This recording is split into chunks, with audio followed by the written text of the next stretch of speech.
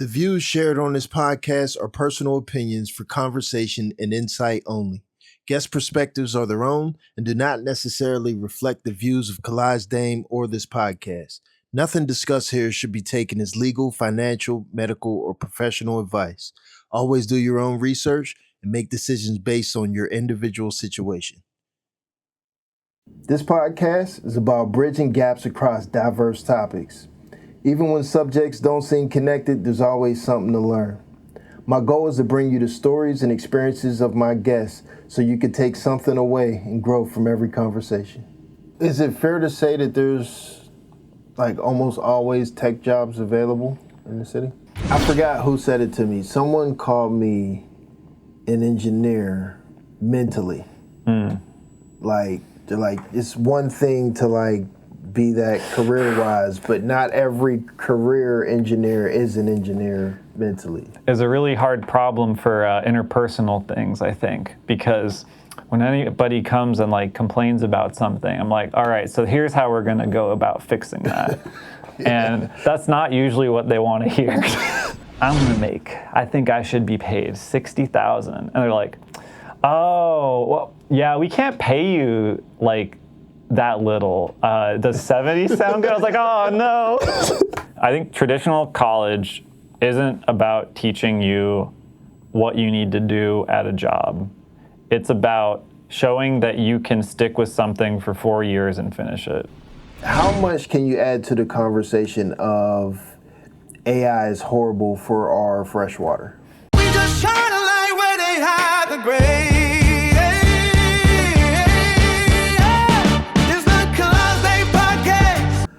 Dev, you are one of the few people that I've had on here that I consider a really close friend of mine. Oh, good.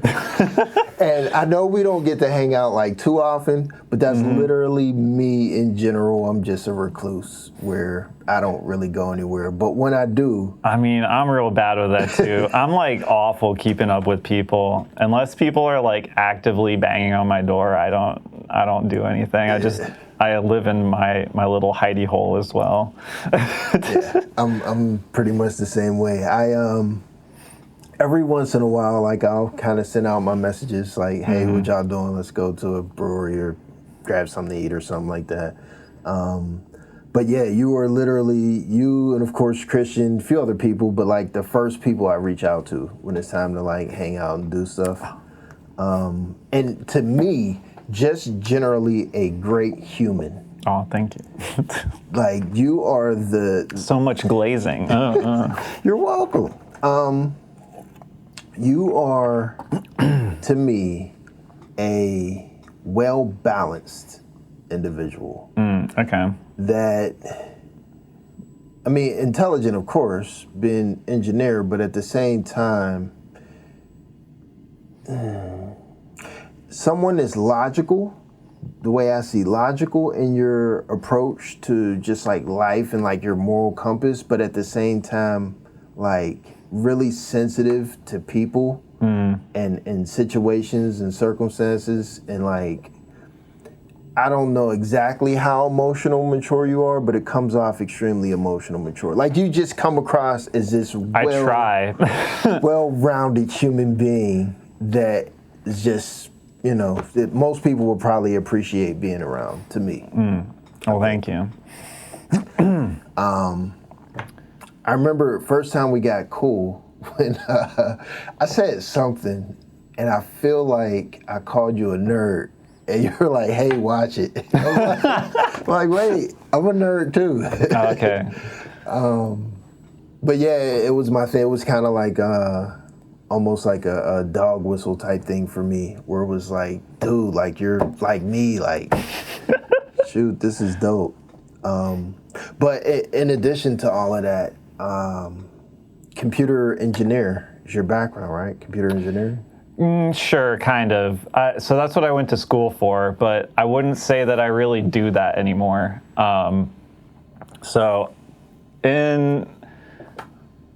I'll back up to why I even went to college in the first place, I guess. So I think as a kid, just taking things apart and like putting them back together was like the biggest thing for me.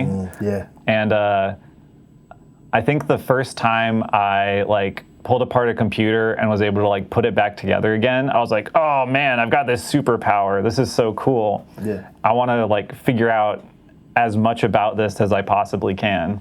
And that just like, it kept going down the rabbit hole of like I go to one step, I go to the next, all the way down to like, I always joke, like in college, I wanted to learn how to build a computer from sand. So like taking, not actually, but you know, taking the raw materials and then building from that up to like this kind of like black magic that we see on like a computer monitor. Like it's really cool just thinking like all of that is understandable at some level. Right. And being able to like dig deep and try to understand as much as possible about that, I think is really cool. So that's why I did computer engineering. Most of my degree is like focused on building like microprocessors and stuff like that, but that's like not what I do at all anymore. When you say building microprocessors, so for the audience that don't understand, it's the really small chips, basically. Yeah, like your CPU in your computer, or like graphics cards, or any of the different components that like make up a computer. Is it like physically making them or designing them on a computer? It would be, yeah, like designing how they're built, and then how they work. There's a lot of really cool stuff that has like happened in modern computer design that is like, it's pretty much still completely black magic as far as I'm concerned. Like even after going, like I only have a bachelor's, but after like doing a bachelor's in computer engineering, there's still so much that just like goes way over my head in that sphere. And like one of the reasons that I don't do that professionally is because like to do any of that work, there's only like a couple of companies that you can work at. It's like the Intel's, AMD, Texas Instruments, some of these like places that actually make the chips themselves. Okay. And or like NVIDIA. And you generally need like, to do the interesting work, in my opinion, need like a PhD, which I'm not staying in school that long.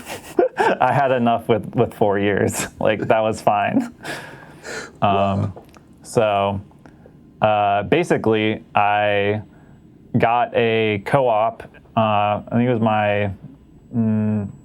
it was like senior year. So I actually did more like 4.5 years of school because I did the co-op, which was an extra semester where I was working instead of taking classes. But I did that. That the work that I did there was a little bit closer to my coursework.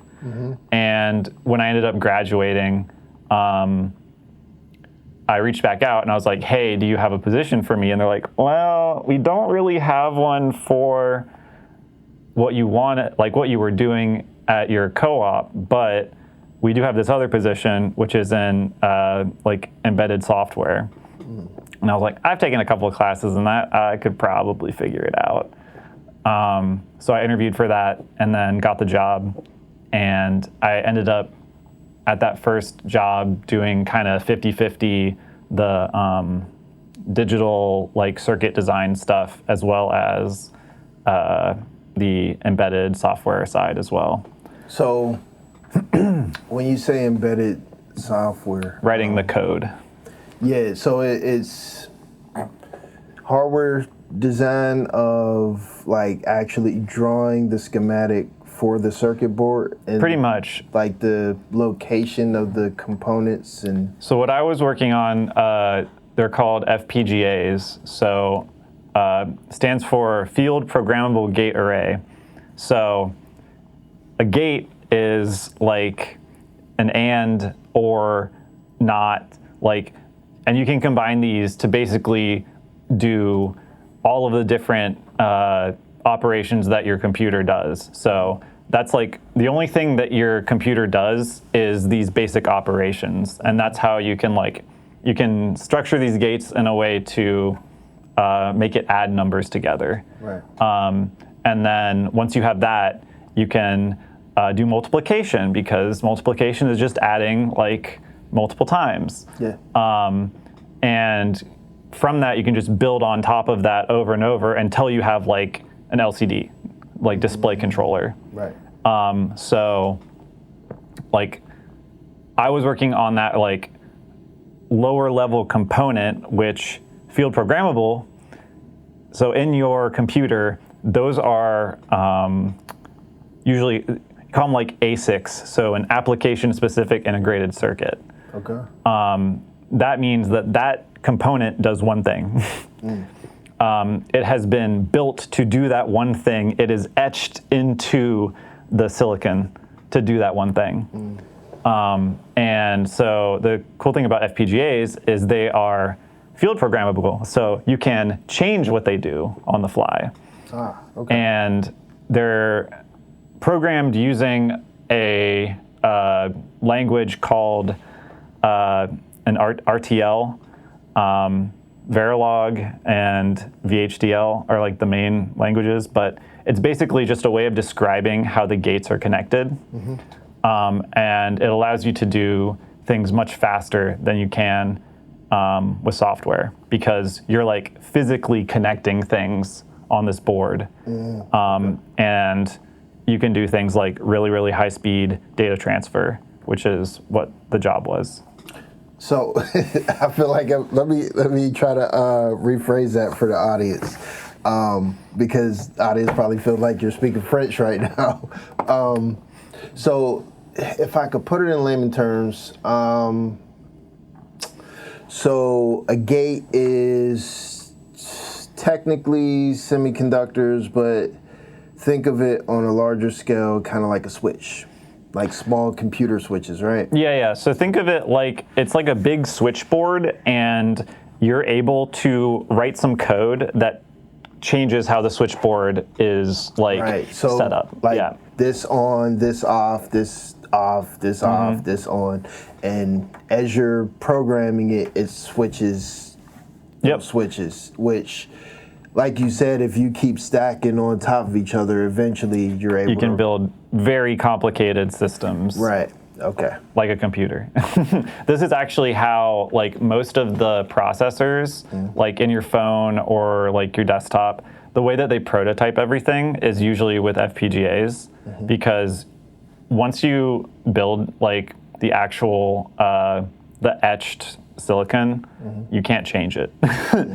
So it's a really expensive process if you get it wrong. So you want to be really, really careful. So what they do is they use FPGAs to make sure that you can like test it and do designs over and over again. That reminds me of, tell me, this might be completely different, but like Arduino, for example, you can write to an Arduino over and over and over, but and I forgot what it's called, but if you don't use Arduino and you just write to the chip, which is like the AT Mega chip or whatever they use, you can hard code it to where once you hard code it in there, you can't change it anymore. That's just it. There's some memories you can do that where it's like a like read-only memory, like a ROM. Like that's generally what you would do. There's like some security things as well that do that, where like they will, so if you think of like a program, it's just a bunch of ones and zeros, right?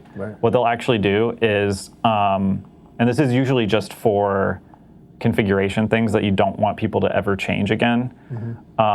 You can get it so that the memory that it's reading from, it actually, to write those ones and zeros, instead of having it be like flash memory where it's just like a voltage that it's keeping, it blows a fuse.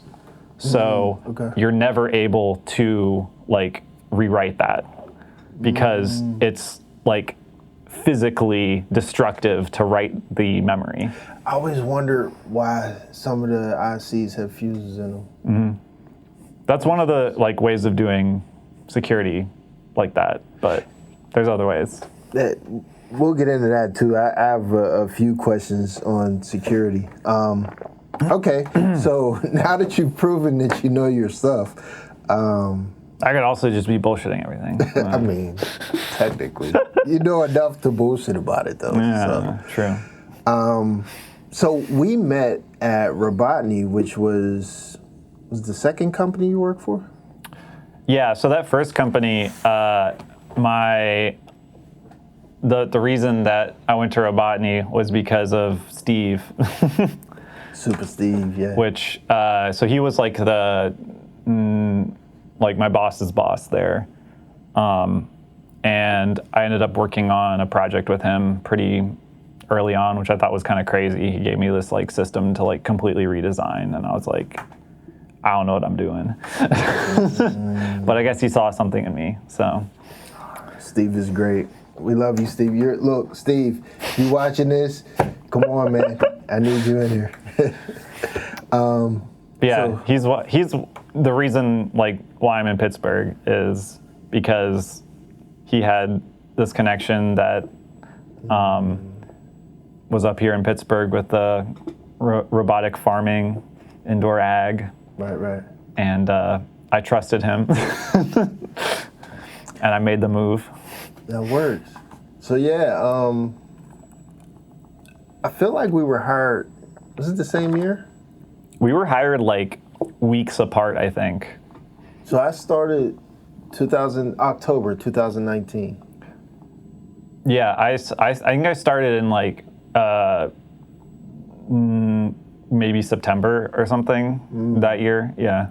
Okay. So yeah, it was 2019. It was like right before COVID and everything. Yeah. So I still think you gave me COVID. I might have. Before like everybody knew about it. I feel like I probably gave it to Tim too. It was like the sickest I've ever been. Yeah. That was interesting. So for everyone, audience, again, at Robotny, I started out as an engineering technician. So I worked on the hardware side. No, my job was engineering technician. I was doing a lot of engineering things in general.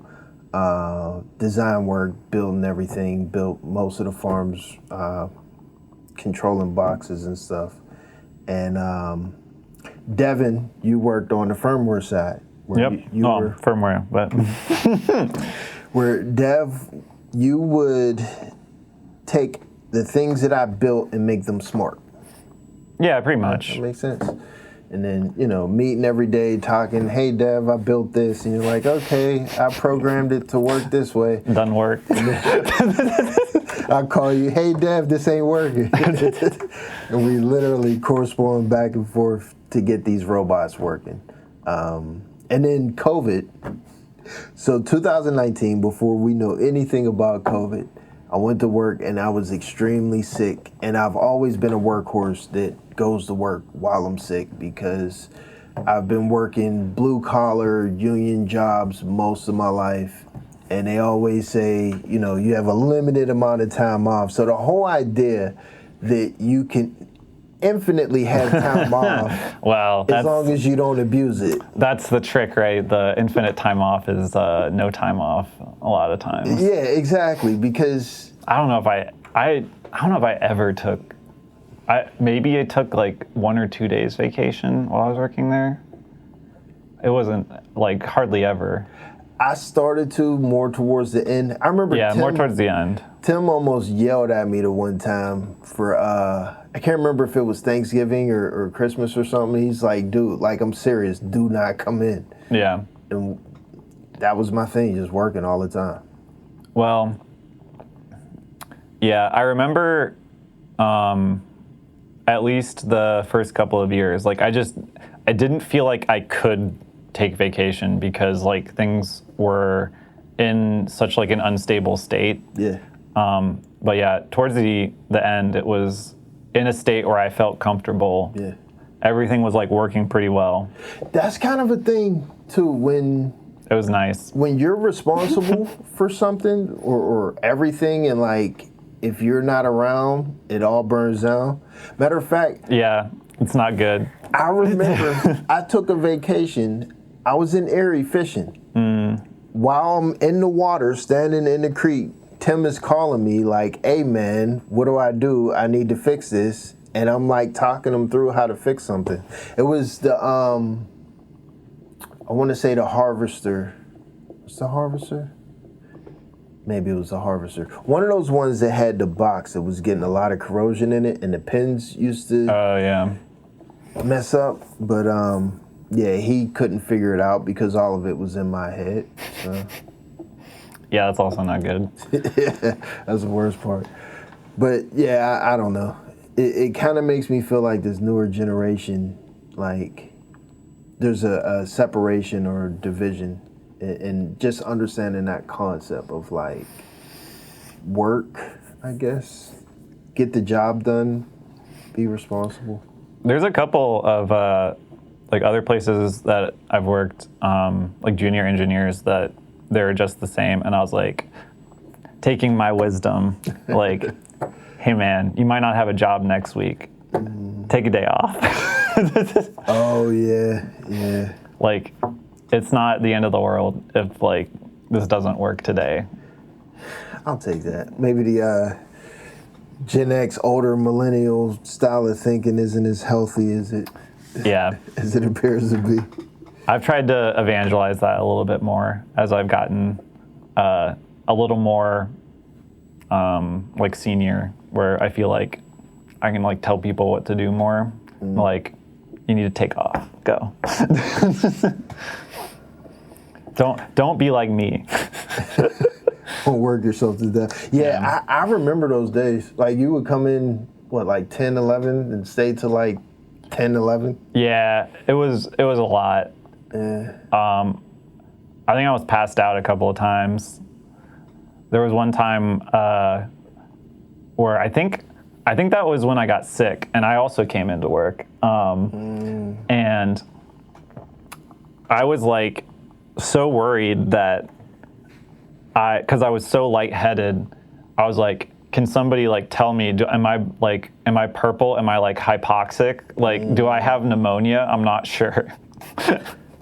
And it turned out I just had low blood pressure, low blood sugar, but that got solved by some strawberry jam that was in the fridge. Oh. That was the only thing in the fridge, so I just like chugged a bunch of that. It's probably Dave's. Yeah, I don't know whose it was, but it saved me, so it was good. Nice. Yeah, I think, were you there when I gave myself a concussion? Yeah, I'm the one that was like, Reggie, you need to like go to the hospital. Yeah, that was fun. I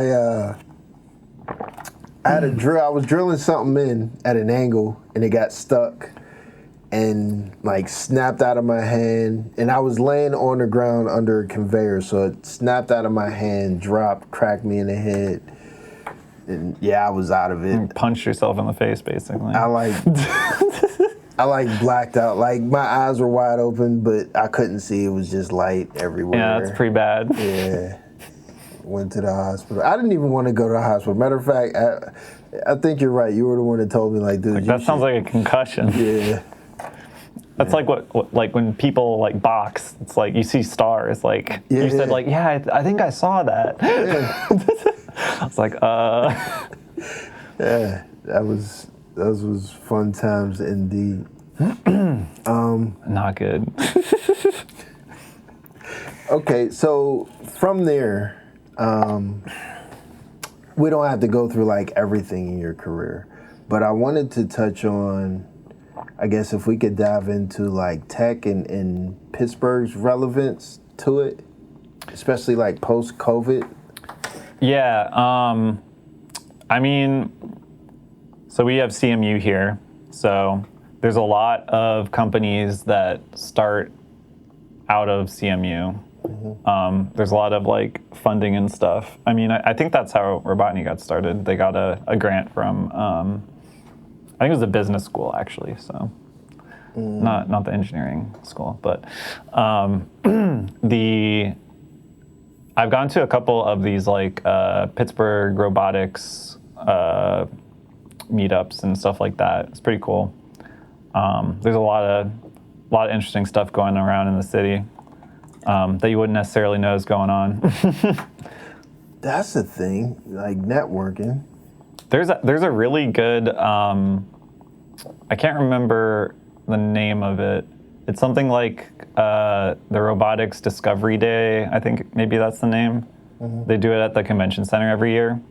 And all the different companies, they bring like stuff to show off, and it's like completely free. You can go there. They've got like stuff for kids. You can just hang out and talk to people making like medical robots or self-driving cars or everything else. Where can I find that? Like, is it a website or something I can go to? Yeah, I don't remember the name of the network, but text it to me later. Yeah, it's pretty cool. I went there to look for jobs, but it's also got a lot of like cool things. Even if you're not in the tech industry, I think it's worth going to because you can see all the cool stuff the companies around here are doing. There's like another company based out of Pittsburgh that does it's like computer vision, like traditional agriculture, like things where basically it's like a camera that you strap on a like 4x4 and you like drive down a row of like blueberries, and like traditionally you need to go and like have somebody that they hire and they go out and count how many like ripe blueberries there are, and like once you reach a certain threshold you like have to harvest at that threshold, so like I need to hire this many like pickers to come in and pick everything. Right. And that gets really expensive when you have to like hire somebody to do that.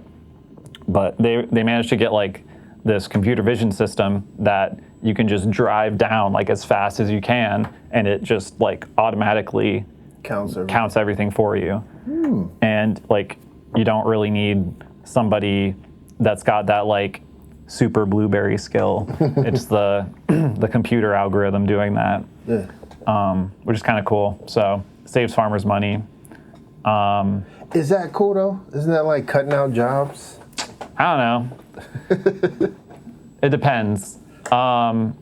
For things like that, I think it's a good use of that technology. Gotcha.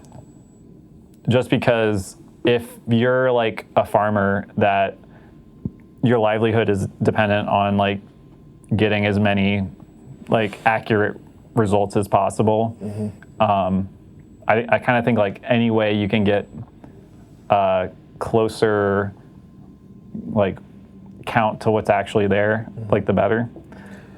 People are really bad at that. Yeah, that and probably increasing the profit margin, like by not hiring a berry counter, like they probably don't make that much in general anyway. Yeah, I'm not sure, but I know it's definitely more accurate based on, I was talking to them for a little bit. I think it's called like Bloomfield Robotics, or I think that's that one. There's a couple of other like traditional ag robotics startup stuff in Pittsburgh as well. A lot of them know about Robotny. It's very funny. They know all the same people. It's very small community. That is interesting. I never go to like the tech conventions and stuff like that, but it's interesting that like amongst most of my other peers, like no one even knows about stuff like this. And I'll wear like, free t-shirts we got and stuff, and people are like, oh, it's kind of, that's funny. I remember them. Like, oh yeah. Yeah. I just threw away a hat recently. I still got I'm collecting them. I'm collecting companies that have gone out of business, but really, is that a thing? Yeah, I got a couple now. Nice. I hope that doesn't bode well for my, bode poorly for my current position. But I'm also collecting stuff from my friends that work out in Silicon Valley, like I'm sure those aren't going to stick around. They work at like, AI tooling companies and stuff. So I just went to the not tech, but it's like the industrial convention. It was just here maybe about a week or two ago. Okay. AIS, something like that. Something at the convention center. Mm-hmm. But so this was my first trade show, and you go and everyone's giving away free stuff. Yep. So I'm collecting. You can collect, stuff. like, all right. And then you save them, and then you have things that nobody else has because the company doesn't exist anymore. Yeah. And it's kind of fun. I got like nice ink pen, hats, stuff like that. So it was kind of cool. I guess that brings to another topic of the networking, because in general, one of the big things, like I try to explain to people, like here, even the guests in the audience, is like networking. So like almost anything you're doing, networking should be a major part of it. And every single job I've gotten is because I knew somebody. So I think that's probably a good sell. Yeah. I would say probably not. Except the first job. one. Probably not every job for me, but a lot of opportunities I've had came from someone else. And it's just, meeting people, like going to a convention and shaking hands and, hey, I'm so-and-so from here, exchanging numbers. And then you'll get the occasional like sales rep that'll call, hey, I'm in your area, let's grab lunch. Like I still have, I consider friends now, sales reps from Robotany that call and text me, and we hang out and grab lunch every time they come into the city. There was somebody that called me because I was a contact on some of those, and somebody called me and they're like, hey, do you like work at blah blah blah? I was like, that company hasn't existed for like 3 years. And they're like, they're like, oh, like, who should we contact about this? I was like, nobody, man. There's nobody. Like, well, where are they now? Like, completely different industry. Like, it's not. I'm sorry. And they're like, oh, okay, I guess. Yeah, I was like, good luck finding somebody else. See, I try to maintain contact with them. Most of them I still can't really buy stuff from because we're like a relatively small operation. Yeah. But it's like, you never know. Like I might come across somebody that needs some, I don't know, some Phoenix contact parts or order from Meyer Electric or something like that. So, yeah, I like to keep in contact with those guys. And that could even end up, a fishing trip or something like that. Like really cool stuff.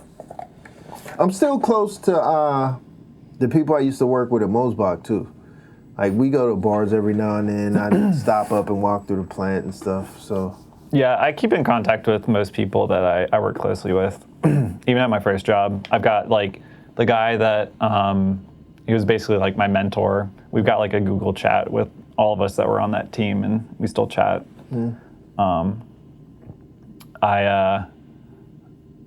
I was interviewing for Robotany, I also interviewed at the place that he went to. We called it the retirement home because it was just like everybody that got fed up with the company, they just went over to the other place. It was literally across the street. So everybody just migrated across the street. Like after they were like, I don't want to deal with this anymore. Just go across the street. Yeah. So there was one guy who went back. I was like, oh, they must have paid him a lot of money to go back. Wow. But yeah, we still keep in contact. And then, yeah, I don't know. I think it's certainly just a bad idea to burn bridges. Like, as long as you can be friendly with people, I think it's probably a good idea. You never know when an opportunity is going to come up. So that works. And even for us, like we go fishing every year. Yeah, exactly. That's the thing. We do the steelhead thing. We gonna get some more fish this year. Only one time every year. Yeah, it's cold. It's really cold. I think maybe I can manage like 2 times a year, but yeah, I gotta like make it worth getting the license and the specific like trout stuff. You know, it's got to get a couple of fish at least. Yeah. I would say hold off on the expensive equipment until you feel like you have the motion of catching fish down. Oh, I don't know if I'd ever get expensive equipment, but It's all expensive if That's true. If it doesn't work to catch you fish, right? yes, worthless. Man. So Pittsburgh, this tech hub of do we have self-driving cars here, like a company? Yeah, there's a lot of companies here. There used to be Argo, but it went out of business. I think it got slurped up by another company that kind of spun off from them called Stack AV. So I think that's Argo. And then there's Latitude, which is Hyundai. It's their like self-driving division. And then there's Aurora. There used to be Uber, but Aurora took over the Uber ATG stuff. And then there's a couple of other ones that are a little bit smaller, but those are like the main ones.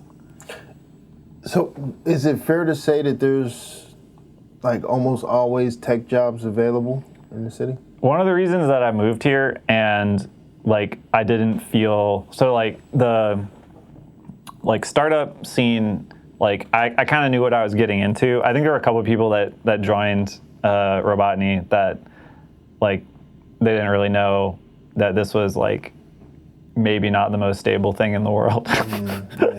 But I was always like prepared to go somewhere else and, you know, structured my life in a way that it would be easy to do that.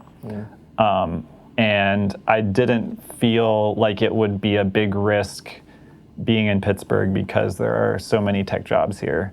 Like it's a big hub for like specifically robotics. I think they're trying to lean into AI now.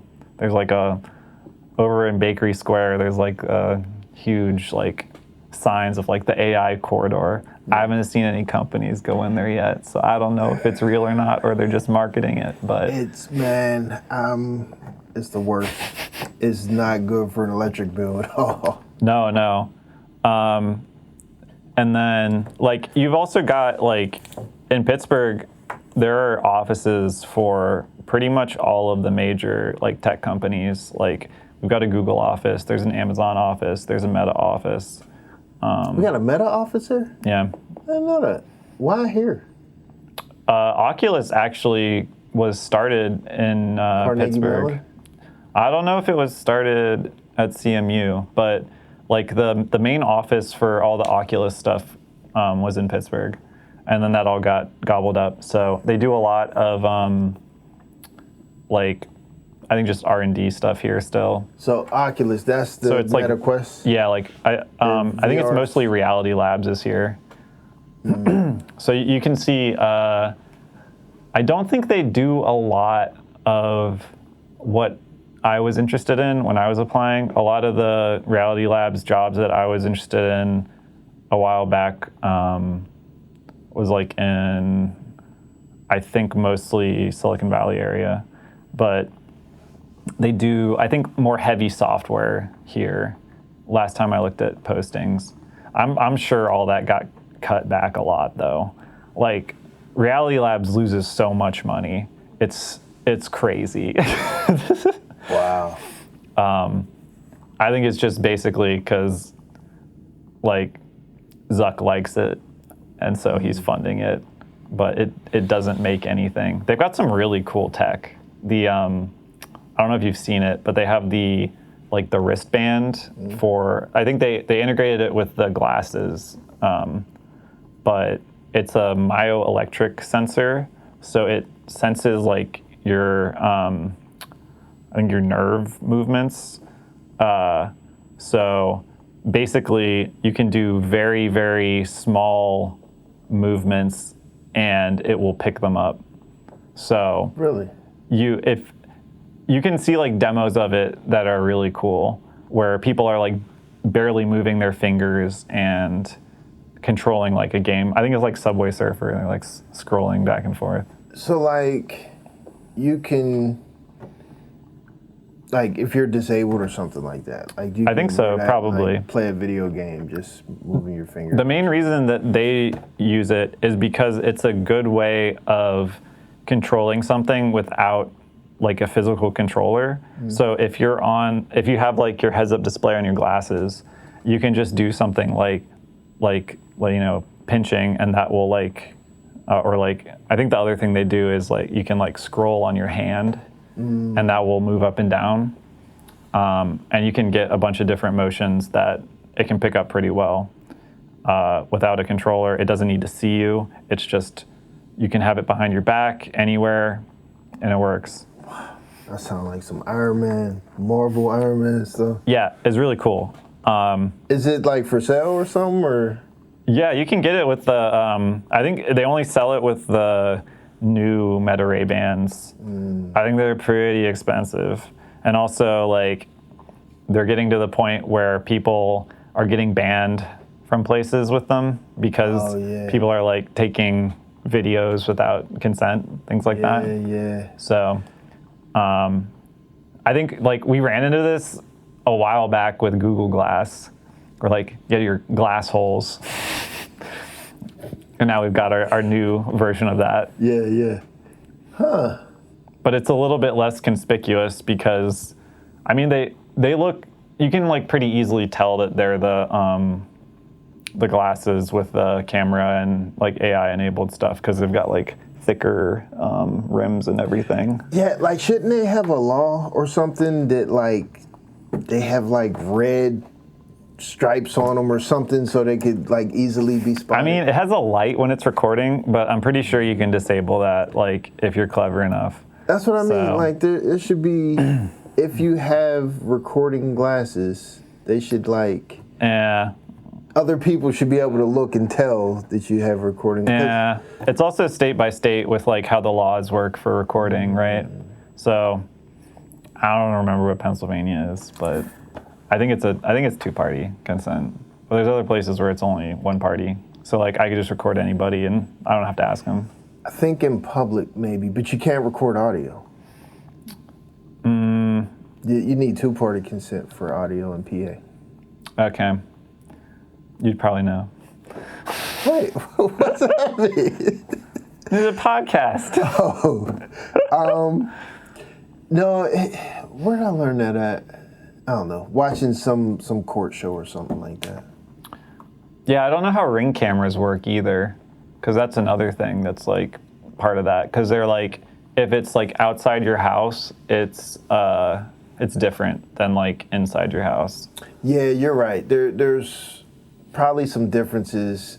So I know like at work, for example, like in a work environment, you can have a camera on your employees, but you can't record like conversations. Or like on your phone, someone has to say, hey, we're recording, like to get your consent to record audio. Or like, you know, if you're watching jail footage or something, there's never any audio because it's basically illegal unless the people agree to it. Yeah, so I guess it's probably state by state for that. So if you live in like a really permissive state, you can probably just do whatever you want with the glasses. So I don't know. Maybe we just need better legislation around that. Around glasses. It's crazy.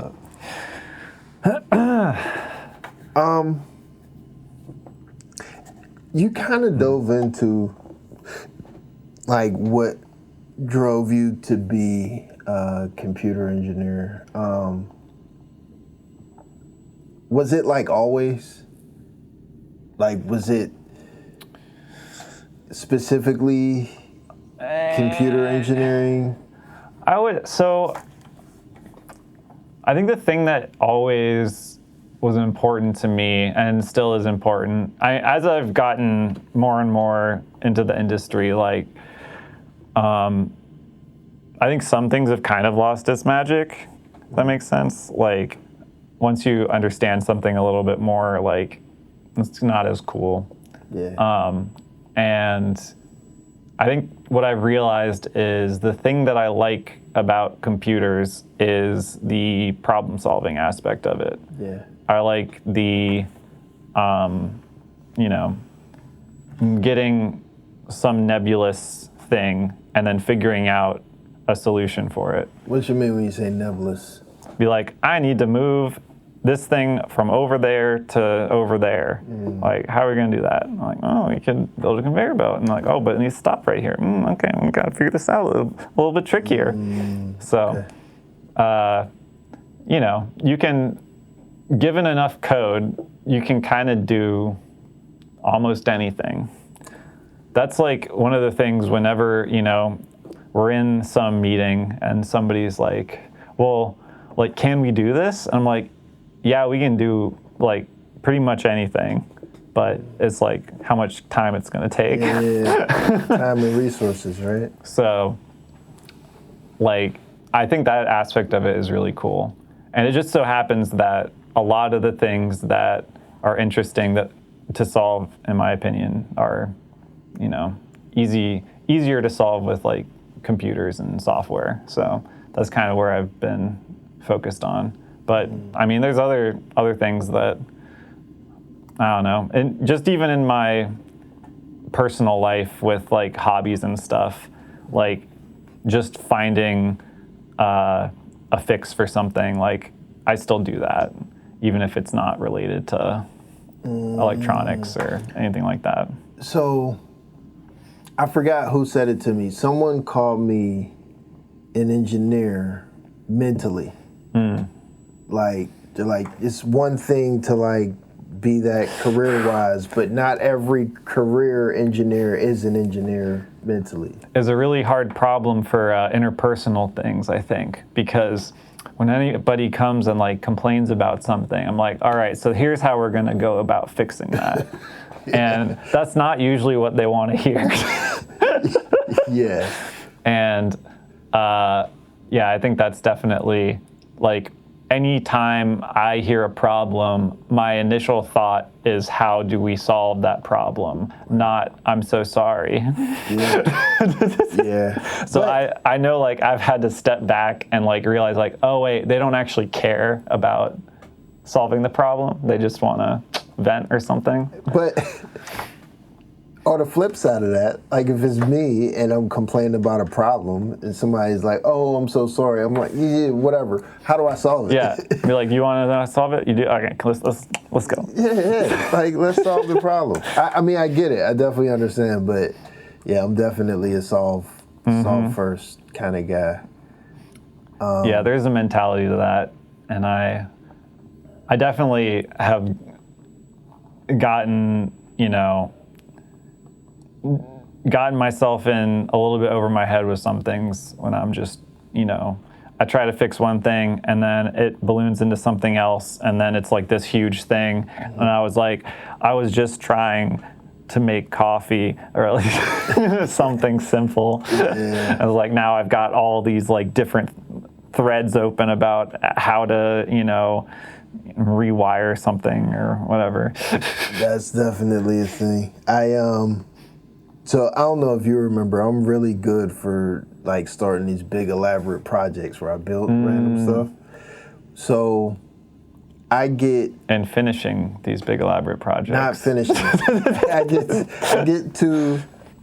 It's interesting for me to start because it's a challenge. It's like, can I do it?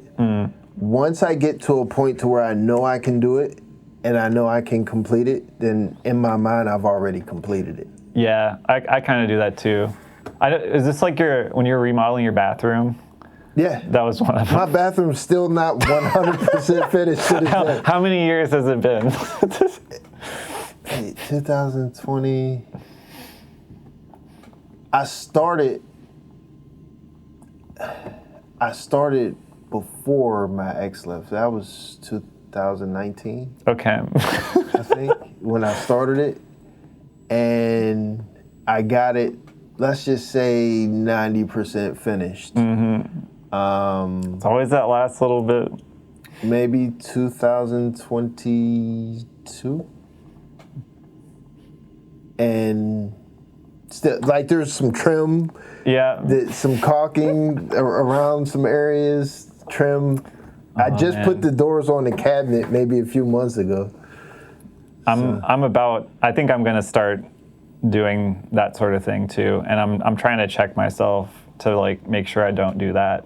Where Like stop at 80%.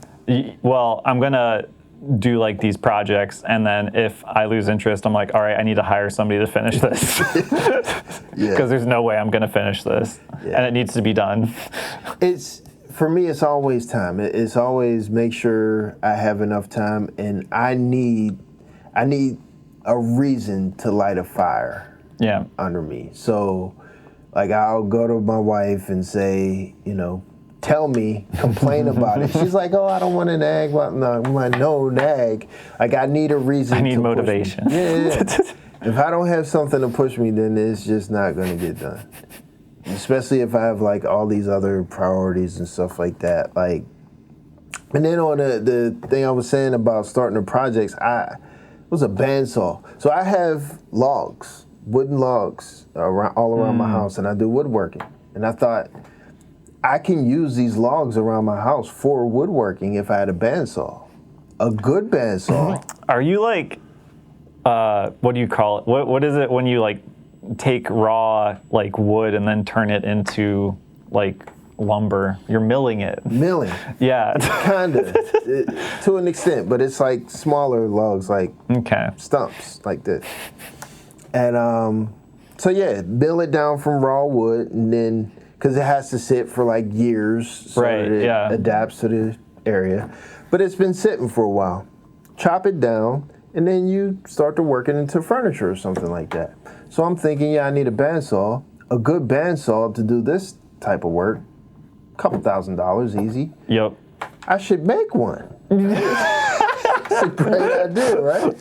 So I'm like, I'm gonna make a bandsaw. So I look up, and I'm finding all this information. Like, I'm getting different ideas from people who've built their own bandsaws. Oh, no. I have all the math worked out for how fast, like how much torque the motor has to be, the type of metal of the blade, and how long it is, and, all these different things. I bought all the equipment. How many tools did you have to buy to build your tool?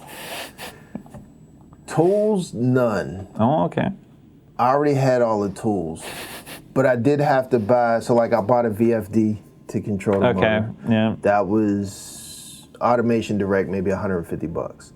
I bought a bunch of bearings. Those were $30-$40 a piece, and I think I bought, because they were somewhere the wrong size. I just bought a bunch, at least like 10.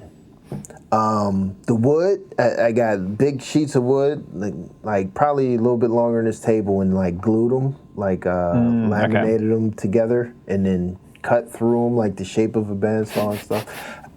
It worked wonders, man. I cut out the wheels, got the wheels with the band on it and everything, got to about 80% complete. Like, all I need to do is these few things. Therefore, in my mind, I completed the challenge already. Like, wait, I needed a bandsaw. And and it goes back to the beginning of, damn, I just needed something to cut this stuff. And I've never come up with something to cut this stuff. So now it gets to the point where when I get an urge, like, I need to solve this problem. It's almost like therapy. I have to stop and evaluate. Do you really need to solve this problem? Because I see a lot of people, like, same story with, like, CNC machines and, like, 3D printers as well. Oh, I have a 3D printer. Yeah. I stopped myself mid bill of materials purchasing when I realized that I was spending all this money, and I already have a 3D printer. I don't even know why I needed another one. Yeah. I mean, that's kind of the joke is, like, people that have shops, they just build their perfect shop, and that's all their projects, and they don't actually do anything else. That's accurate. It's all just to make, well, I need this to make this other thing better, and then, like, this other thing, it needs this, and then you build all of that, and then it's like it's perfect, and then you die. That is the perfect analogy. Look, 90% of the stuff I make is a tool of some sort. And I want to, like furniture, for example, I may have actually made a handful of things. Like I made it's not a dresser, it's kind of like a stand. I made these table legs. Okay. A few things furniture-wise, but most of the time it's like, oh, I need to make this jig so I can hold it at a right angle, or so I can, hold it like this as I slide it through the table saw. So I'm constantly making tools. I might need to hit you up for some tools. Yeah, absolutely. Scott did. Scott hit me up for, I think he wanted to make a table or something like that. He was asking me about. I need to build some handrails. That's like my current project. Build some handrails. Yeah. We could do it. That'd be fun.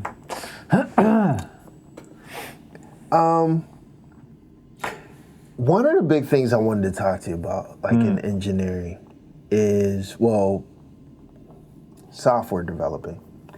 I've heard a lot of people over the years tell me, not even ask, like, as if they know 100% and I know nothing about it, that software developers make a lot of money, and all you have to do is take this course for a year or two and you can make $300,000 doing this software development or cybersecurity job. Or I think it's getting harder to do that. I think there was like a golden period where that was probably the case. But I think there's actually now, it's getting like oversaturated. And especially with AI, one of the problems is there's not a whole lot of entry-level stuff anymore, which is kind of bad. Because that's how you learn. That's how you learn, yeah. So I think it's going to be very interesting next couple of years. My personal opinion is I think there's going to be sort of a crash in the software developer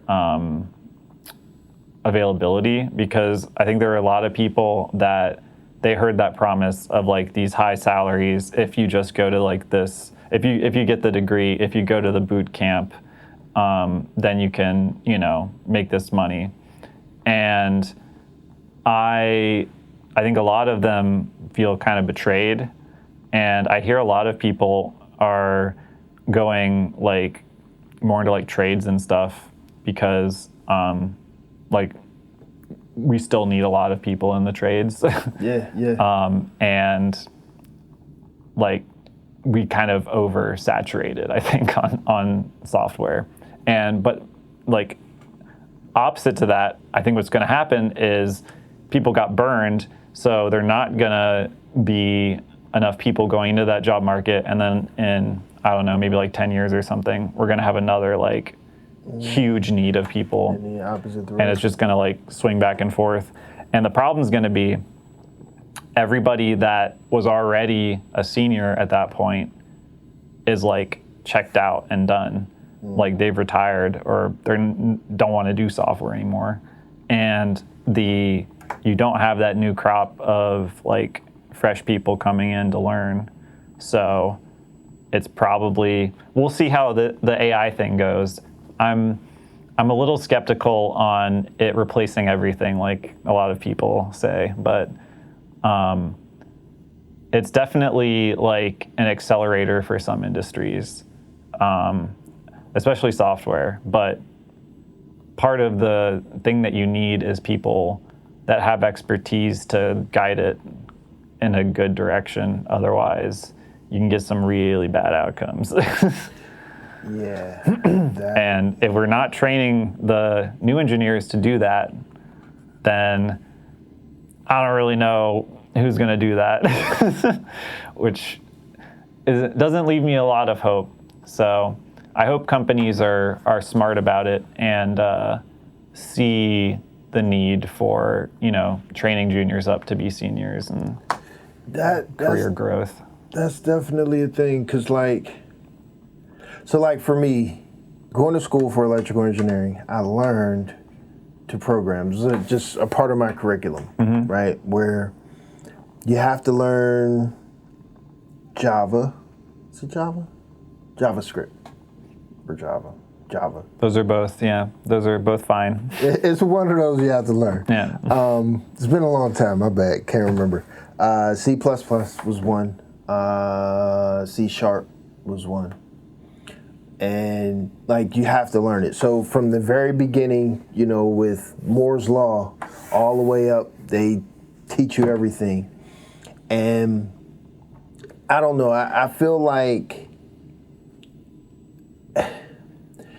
after I learned it, I would go to people and say, hey, I was taught programming, like I know programming. But it's not the same thing as a person who's practiced at writing algorithms, because like the computer science aspect of it is a portion. Oh yeah. In addition to knowing like the. So I don't have a computer science degree, and there was a lot of stuff that I had to learn like on the job.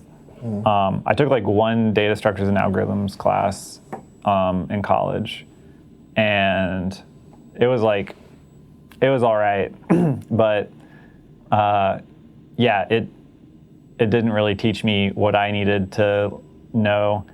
Honestly, to get jobs, that's like usually like when you are interviewing as a software developer, like you're expected to know these things. So like you kind of have to study. Are you expected to know the most efficient way to solve a problem in code, or just know how to do it? So like, for example, depending on where you're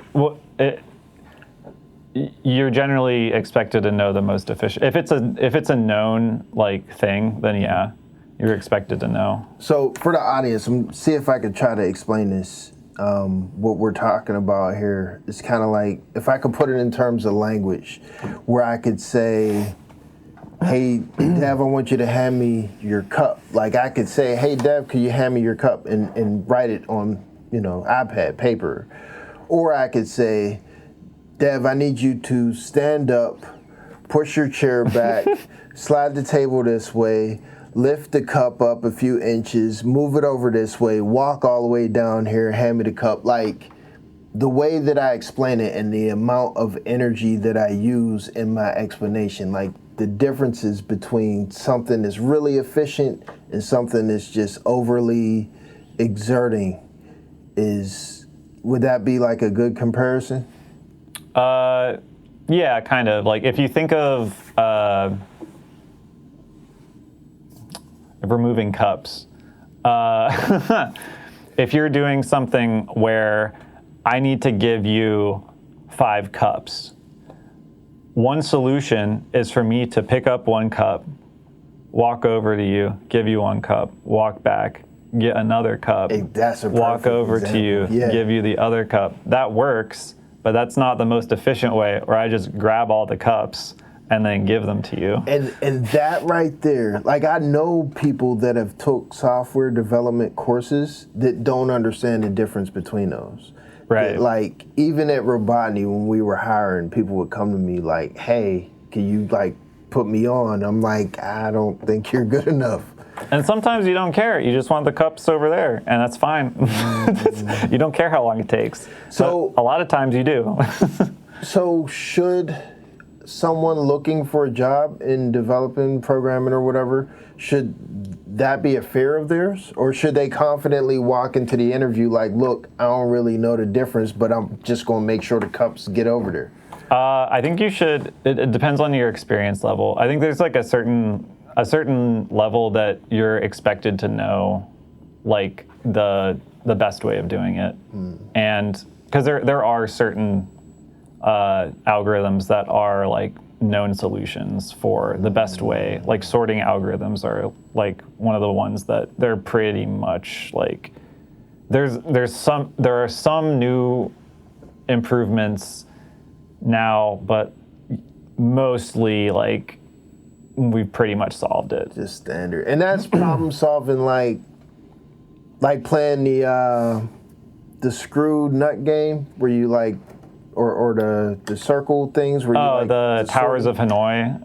Is that it? The little kids puzzle where you got the like the circles that are smaller, the discs that get smaller, and then you need to move it from one to the other, and there's 3 pegs. Yeah. And you have to, you can't put a disc on a smaller disc, basically. Right. So there is a solution for that is the most efficient. Right. So like that same concept of find the easiest solution that uses like the least amount of resources, takes the least amount of time, that other people can understand when they're reading your code. But so the other thing is, and this is like one of the things that I tell like junior engineers a lot of the time too, is like there's a time and place for that, right? So if I am doing something that I know is only going to happen like one time, and the data set is like 3 things, I don't care how like fast that is. Like it's whatever your basic solution for that is probably fine. But if you're doing something that's like high-speed data transfer between like things that need to be very quick, or you're moving large amounts of data, or you need to have like really like low latency, it does matter at that point. So it really depends on what you're doing. And like personally, I don't think you should be over optimizing things until you need it. So if you can think ahead and be like, oh yeah, we definitely need this, like then yeah, do it ahead of time. But otherwise, like think about the bigger picture, like does this actually help me or not?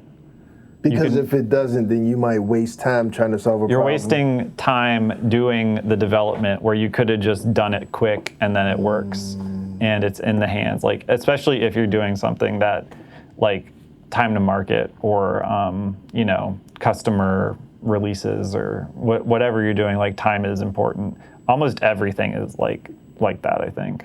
So. And as you're explaining it, I'm like connecting dots to like other things like rapping, like for someone to have a music career and stuff like that. Just like optimizing. You made the perfect music, but it was 10 years to do it. Like it doesn't matter. Yeah, stuff like that. Exactly. Just and I mean anything. Like if someone is trying to go for a management position at work, you know, and trying to get a raise or something like that. Just like think of the most efficient way to do it. Yeah. Where you're not like wasting time and resources trying to solve a problem that you don't even know needs solved yet. Yeah. But you don't need to be the most efficient at everything. Like that 3 seconds that you saved cutting that corner to go to the bathroom, like you could take your time and not run into people and be fine. Yeah. So would it be fair to say that the best people, maybe they don't do it the best, but they catch on and learn and understand so that they're able to do it the best eventually? Yeah, it's like it's weighing everything that's important, which is really hard. Yeah. I think that's like what makes the best engineers. And like honestly, like if you're good at your job, whatever you do, I think you probably do that to some extent. Like you've got to, anything that you work on is balancing different priorities and figuring out what's most important. And if you can do that well, then you're probably going to go pretty far, I think. It's like Angie. Angie is amazing at, she's going to laugh at this, probably talk about me, but playing games while listening to a podcast, playing games on her phone while listening to a podcast that's playing in the background on her phone while either watching something on TV or playing a game on TV. I think that's called ADHD. Maybe, but she's really good at it, at all of it. Today I walked in at lunchtime, I was talking to her about something and she's like listening to a podcast while she's having a conversation with me. Like, I can't do that. I feel like I'm the exact opposite of that. Yeah, Monica does that too, and it drives me crazy. Be like watching a movie, and she's got like something else on. I'm like, "Are you watching the movie?" She's like, "Yeah." I'm like, "Okay." Do it all at the same time. That's Yeah, funny. I can't do that either. Like, I can't even like listen to music if it has words while I'm programming.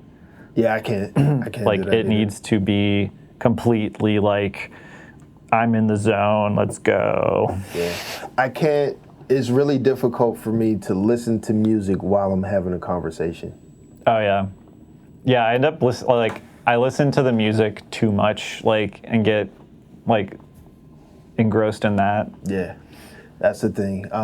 Like driving, sometimes, like if I'm trying to focus to figure out like where I'm at and stuff, I have to turn the music down. That's the thing. Especially when I was like really into guitars, I would be like listening and I'd be like, what type of pickup is that? Listening close. Yeah, music producer ear, so I'm listening to the noises in the background and stuff. That's the thing. Like, oh, what are they doing there? I like that. Or, ooh, I don't like what they did there. Like, that type of thing. So, yeah, I get that. Okay, still staying on the software developer. For someone that wants to be a software developer right now, let's just say they went to school for like a year, 2 years.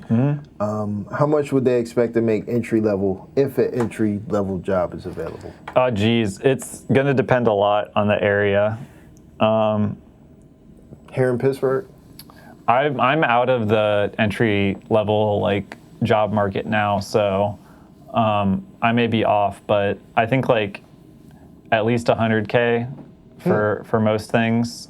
Maybe not Pittsburgh, but it also depends. So there's there's like, it's really tricky when you talk about stuff like this because there's kind of a huge gap between companies.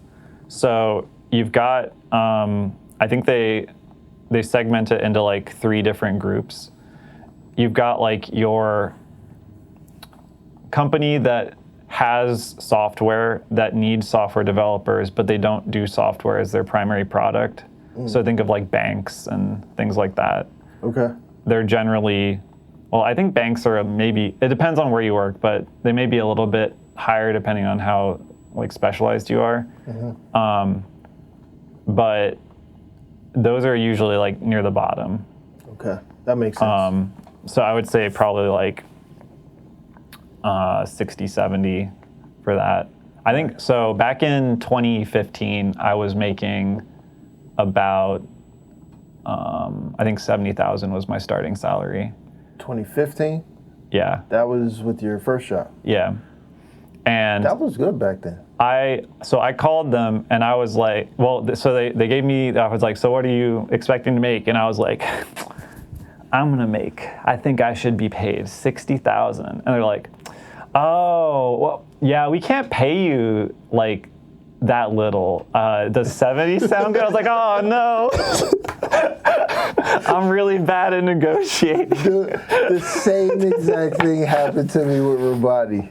Yeah, like Same if you don't know, it's really hard. Yeah. So I was looking like that. I think that was like the average for places that I was looking at, and I thought that was pretty decent for what I did. And like I still don't really think that like what I do is that hard.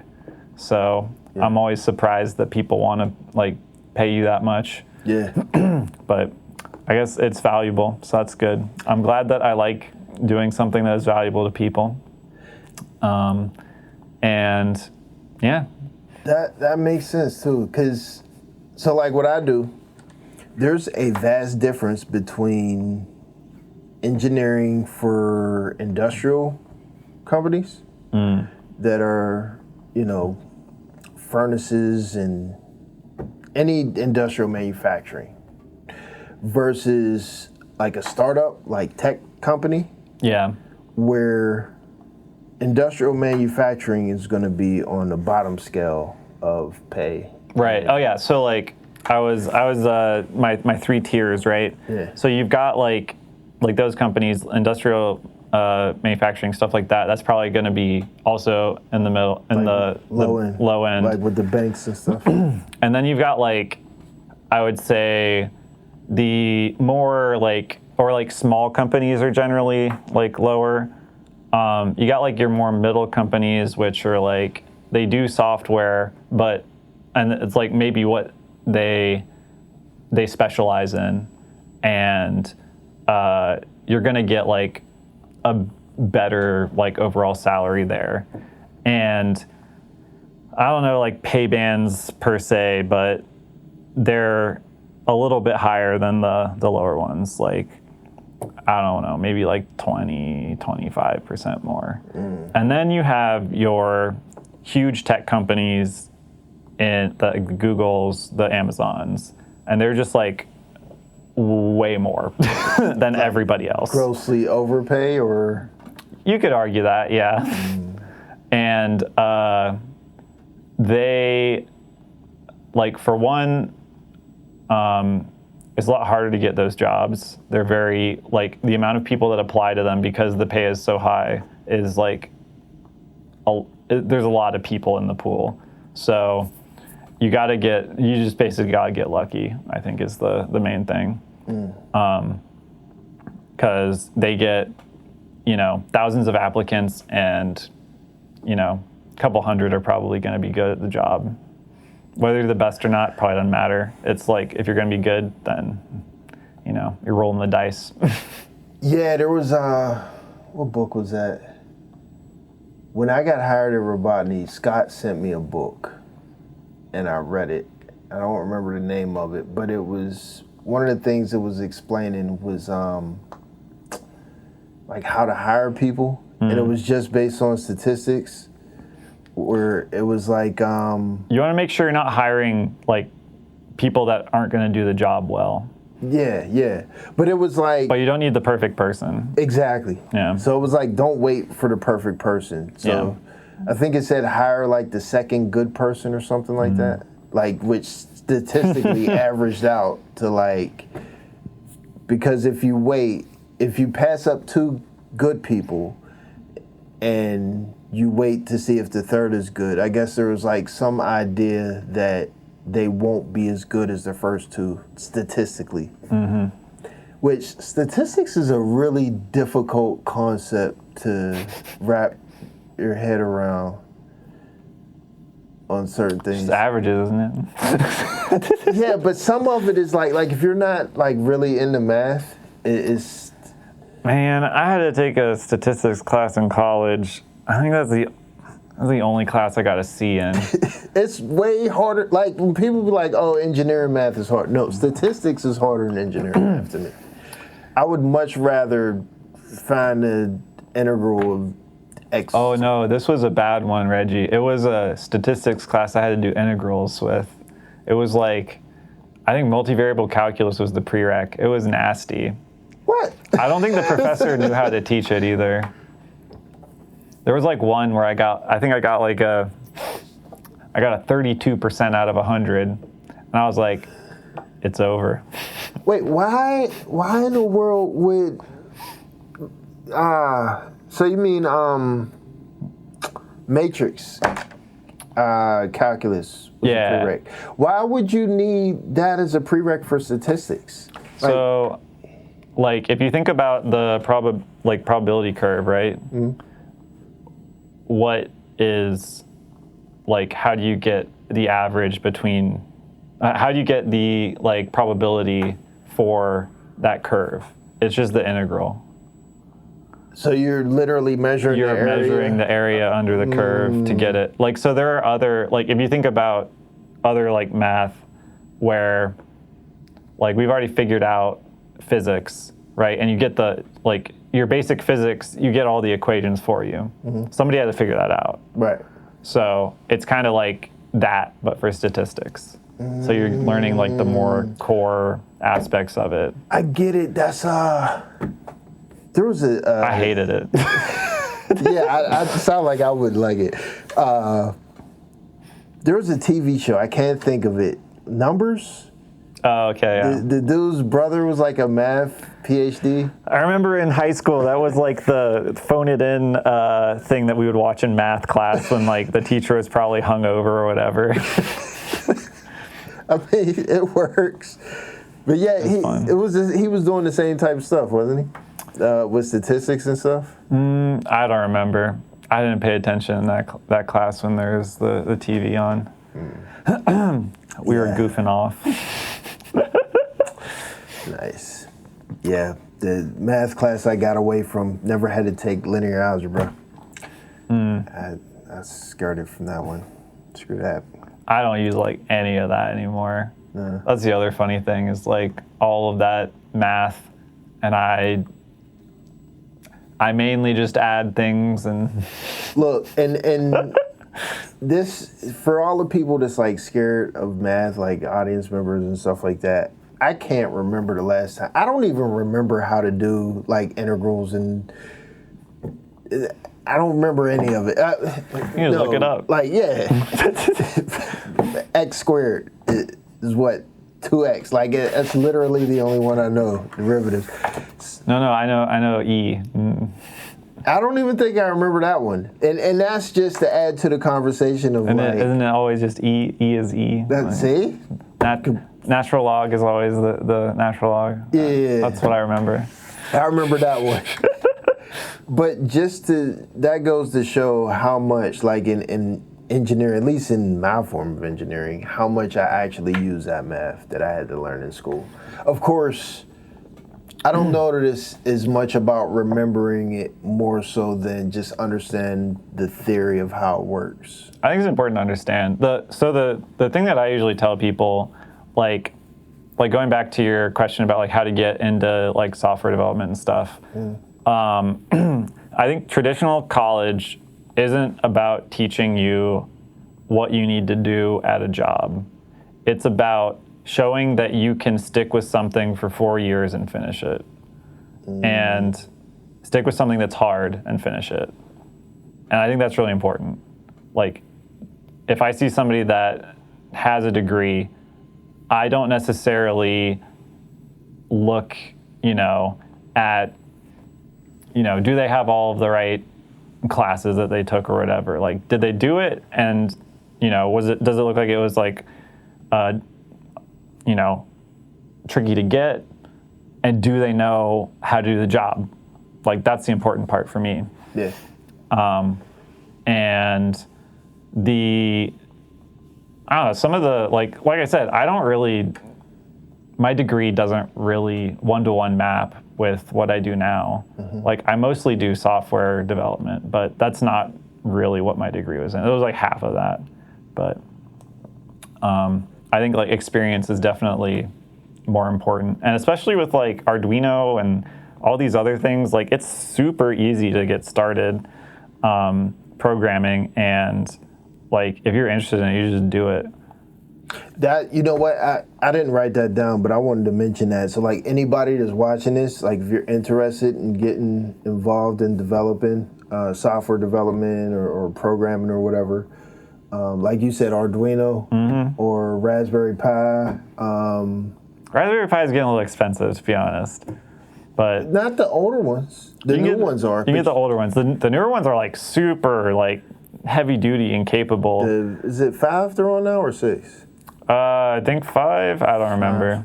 The 3s are $35. Okay, that's not too bad. But yeah, Arduinos are super cheap. Also, I wouldn't even necessarily do Arduino anymore. There's like a bunch of other chips that are Arduino compatible that you can just get, and they're like super cheap. Like, it's made by Raspberry Pi. It's the like Raspberry Pi Pico. It is like, I think $5, and it's like a pretty decent microcontroller. And you can do so much with it. So I always call it by name, just simply because the name of it, for someone that's never been in like the tech world and tinkering and stuff, yeah, it's kind of like easy to search and find, forums and videos explaining how to do it. There's like Arduino was really good in making the programming aspect of microcontrollers really accessible. Yeah, which I think is great. And there's so many different resources out there. there's so many different like hobby sites that sell stuff that make it really easy to do whatever you want. I would actually say Arduino before Raspberry Pi, probably simply because Arduino, to me, like, Arduino is literally what pushed me to go to school for engineering. Yeah, it's super cool. Yeah, like the most basic form of, like, once I programmed my first Arduino chip, it was You blink the LED.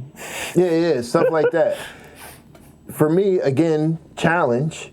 I went and got like AT-Mega 328s, I think, like actual chips that were the through-hole solder, where you could put them on a breadboard. So I went and got the chips. Arduino, yeah, you can go and build it yourself and too. built it myself. And from there it was like, this is dope. I want to go to school for embedded systems. And I don't know, somehow industrial control panels took over, but embedded systems was my first love. I like embedded systems. It's dope. I kind of work on that now. The idea of making some dumb electrical system intelligent. Yeah, I always like, I don't know. I'll probably eat my words one day, but I think it'd be really hard for me to work on something that isn't like physically, like I can't physically see what it's doing, or at least like work on something that is physical. Like, I don't know if I could do very well working at like one of these SaaS companies where it's all just in the cloud and I never see what I work on. You know what? So you just reminded me something else I wanted to speak on in engineering. The difference between working in R&D and working for a large corporation company where you're just kind of redoing like cookie cutter rubber stamp. There's a ton of those, and I'm really interested to see how AI pans out for that, because I kind of feel like that is like the biggest place where it's gonna take over. Because like there are so many companies that you could just like make redundant in a weekend. There's a lot. Just the same stuff over and over and over. Yeah. Like the job I do now, it's not the same stuff over and over. Like we do custom for the most part. There's enough similarity to where if you've made one, you can make the next one.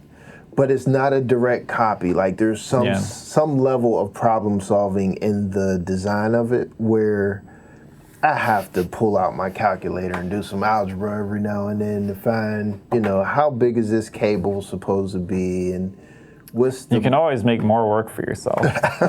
That's also the thing. Technically, every once in a while, if I'm super busy or something like that, I might, rather than buying this full motor controller box that's already pre-assembled, let's see if we could pick out the parts independently. Make it cheaper. Exactly. That's the thing. But yeah, like, I mean, some places that are big corporate have R&D as well, but they generally kind of like split it out into different divisions sometimes. Is it R&D in a major corporate environment? Is it like still like a corporate type of R&D, or is it like what we did at Robotnik, where we got like cardboard boxes and stuff plugged into it, trying to figure out how it works? I mean, sometimes it depends. It's just more people and more bureaucracy, I feel. But I remember, I don't know if Steve said this or if I'm making things up, but he's like, yes, we are an R&D, little r, big D. Lots of development, not so much research. A little bit. You know what? It makes complete sense. Yeah. Entirely. Yeah. Yeah. I think a lot of places are like that, though, where the development and getting the design out is like way more important than higher priority. Getting the research done. Yeah. It might be a little bit. I remember I mentioned, so this was before I knew about the farm in Alpha. And I mentioned to Tim, like, hey, why don't we just build our own boards? And he's like, because we're not a board manufacturer. Like, it's because it would be very expensive and it would take a long time. Yeah. And it probably wouldn't be any better than just buying them. what they attempted, right, with the some of the boards that they had made for Alpha. Yeah, I can't remember what Barch made for some of those. I know they have Robotnik printed on them, like they ordered them from somewhere. I mean, I worked at places that we did our own like PCB design and stuff. It's just like if you got something that works, then it's a lot cheaper to just buy it off the shelf usually, unless you're doing like volume. Sometimes like if you're doing a lot of volume, it makes sense to do it yourself just because you can get like economies of scale. But I mean, the whole thing with the Raspberry Pis at Robotnik was supposed to be they were super like easy to get and replaceable. And then we had the like global chip shortage and they became super expensive and not able to be sourced. And it kind of like completely got rid of the whole point of everything. Did that happen while we were still there? Yeah. There was a whole like period of time where we were having to port everything from the 3B version over to I think the 4 or 5. I don't think maybe the 5 wasn't out yet, because the manufacturing line that made the Raspberry Pi 3, it used a different process than all of the newer ones.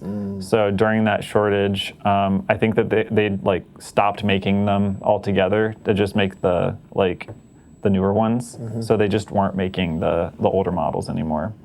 So the only thing we could source were the newer ones.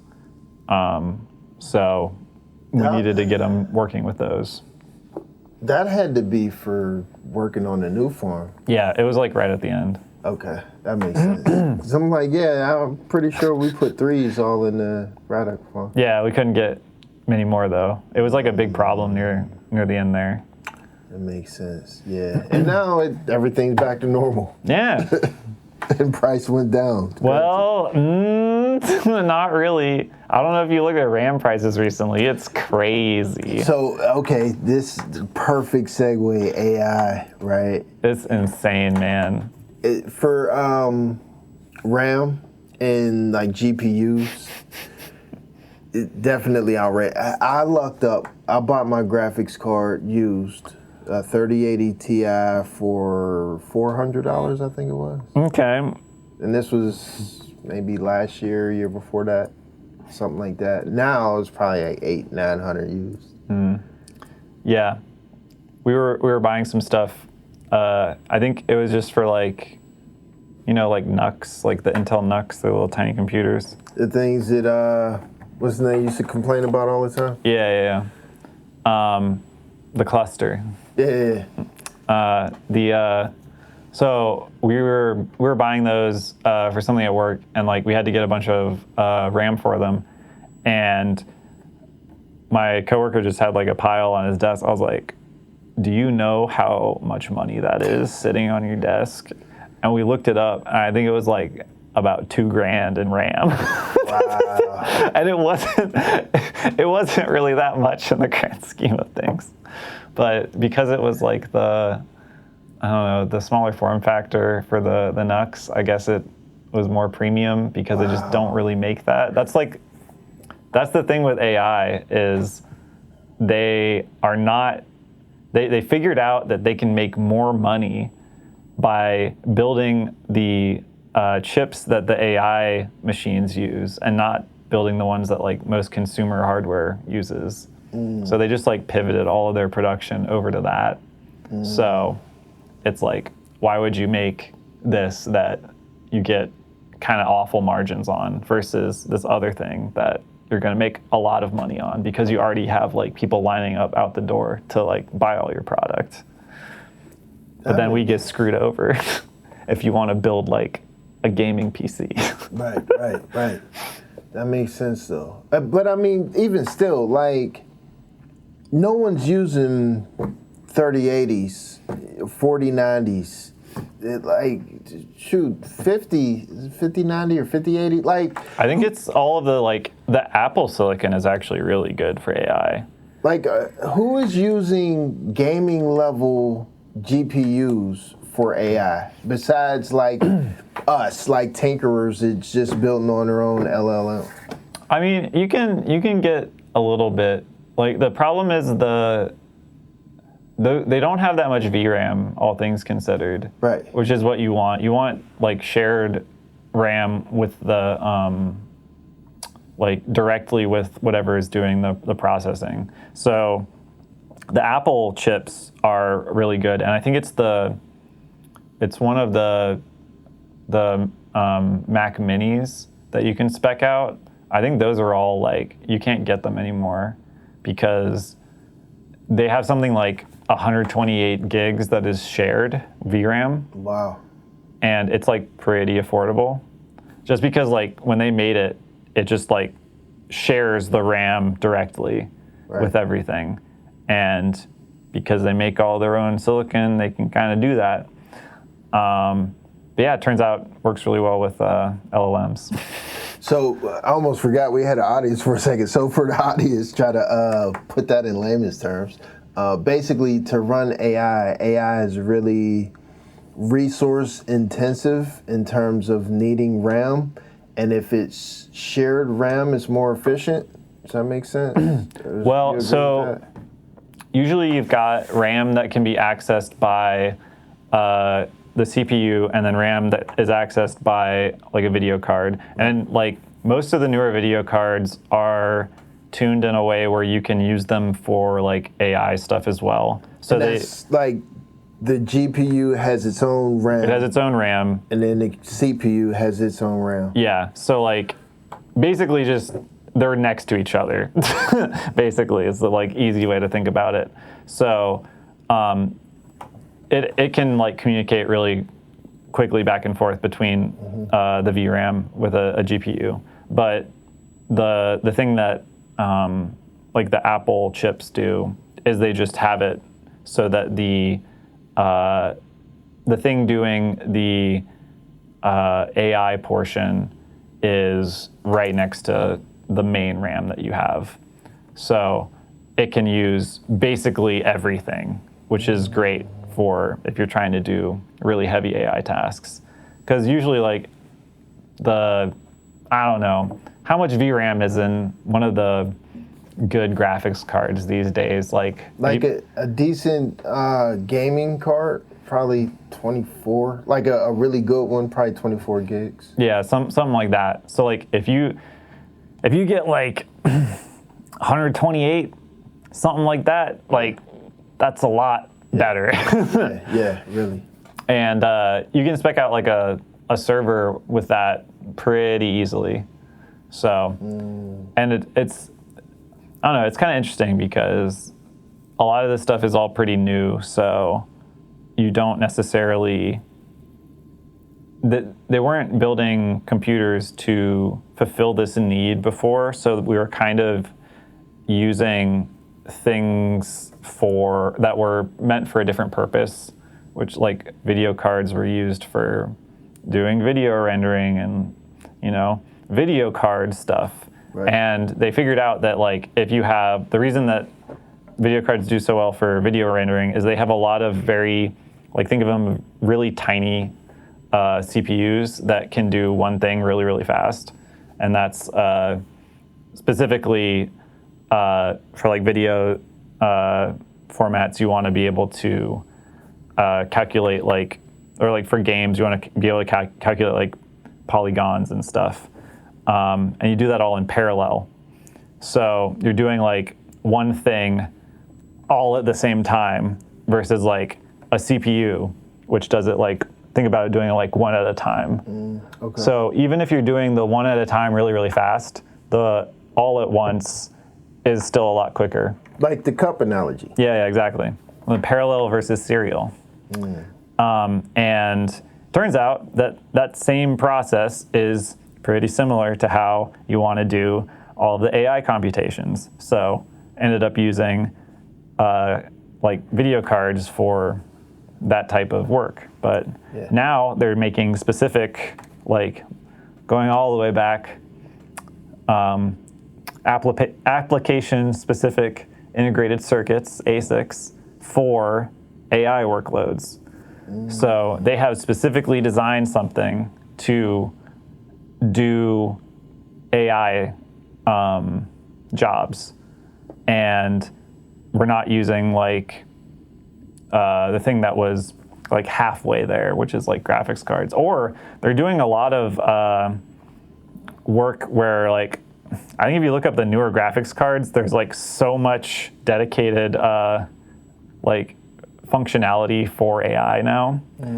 Whereas like it used to be like, oh, it has this many like shader like cores, like that was like the thing that you cared about. And, and now it's like CUDA cores and things like for machine learning. Right. So it's kind of interesting how that has pivoted, and NVIDIA is making a lot of money from doing that. I believe it. So, okay, so to piggyback off of that,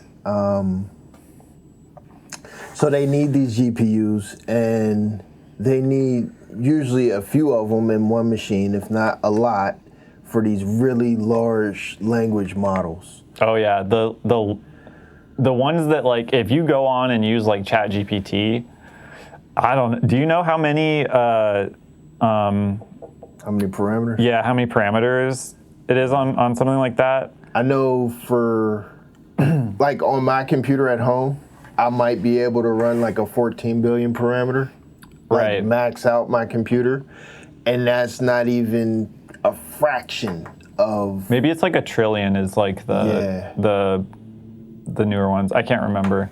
I gave up when I was like trying to do that locally, because my little I got like a 1070 that I have in my little like home. Did you have to wait like 30 seconds for every response? Yeah, I mean, so I used DeepSeek was like one of the better ones that I was using. Also, the Google one was pretty good. I thought Gemini. It's whatever their open source one is.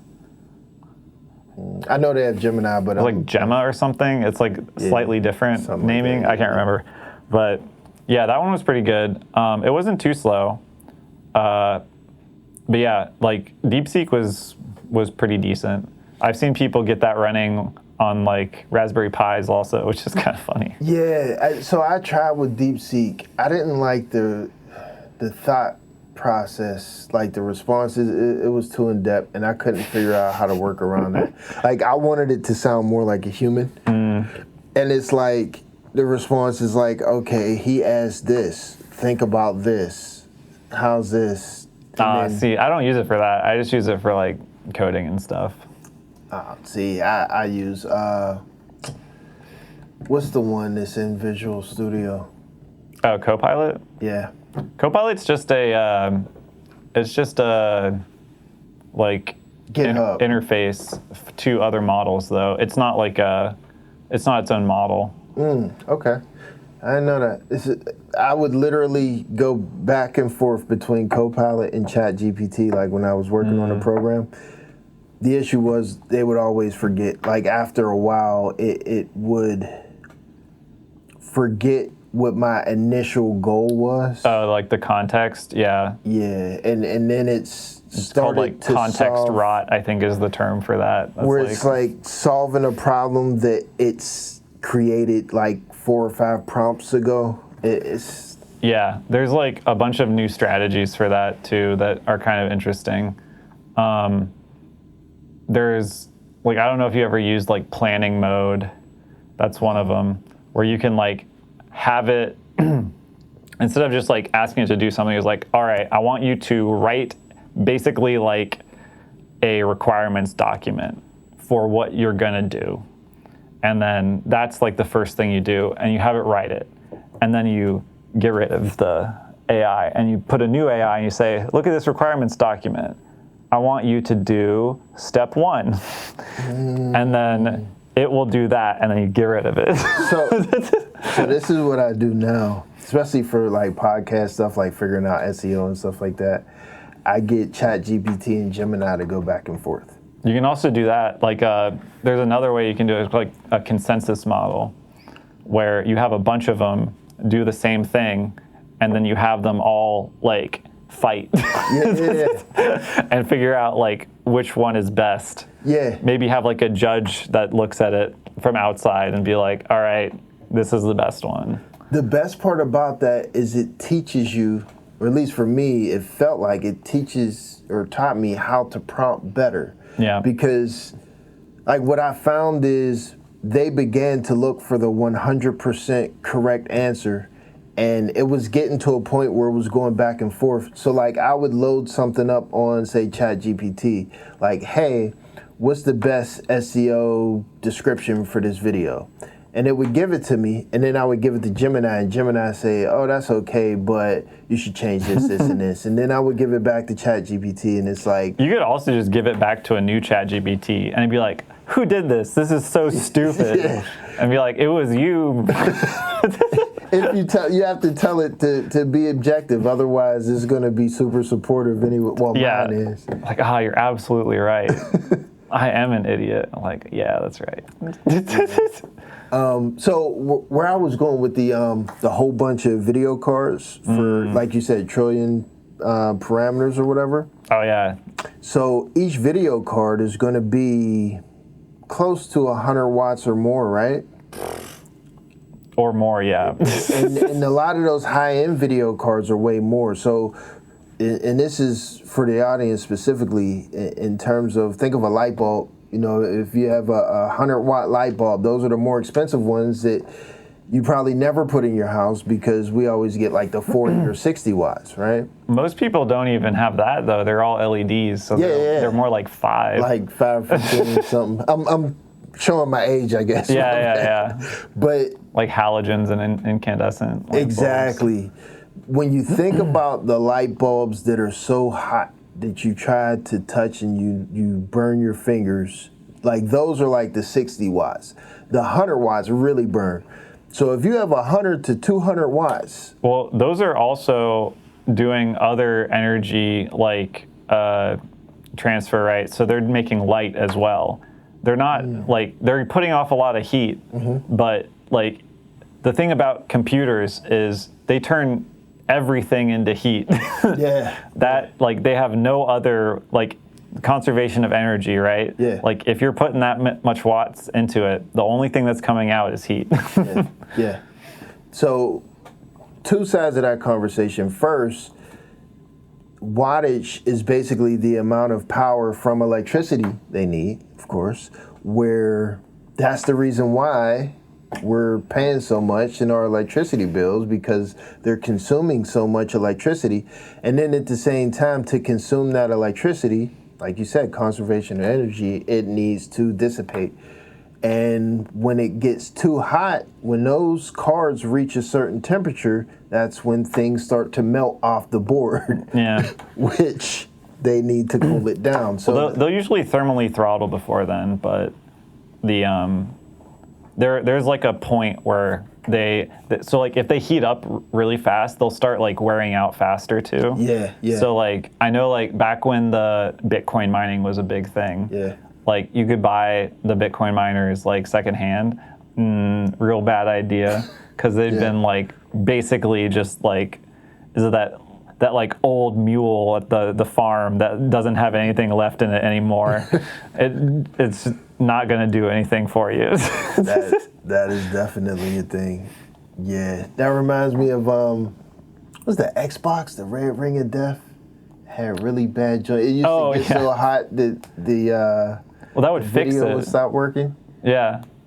Yeah, because it basically had to reflow itself. Yeah. Because they use like a lead-free solder. It would melt itself back in place from the heat, and the way to fix it was either putting it in the oven and letting it heat up, or put a blanket or towel around it. Yeah.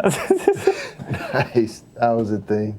Or just like drop it. That was like another thing that I saw. I don't think I ever tried that one. So it makes me want to ask you, how much can you add to the conversation of AI is horrible for our fresh water?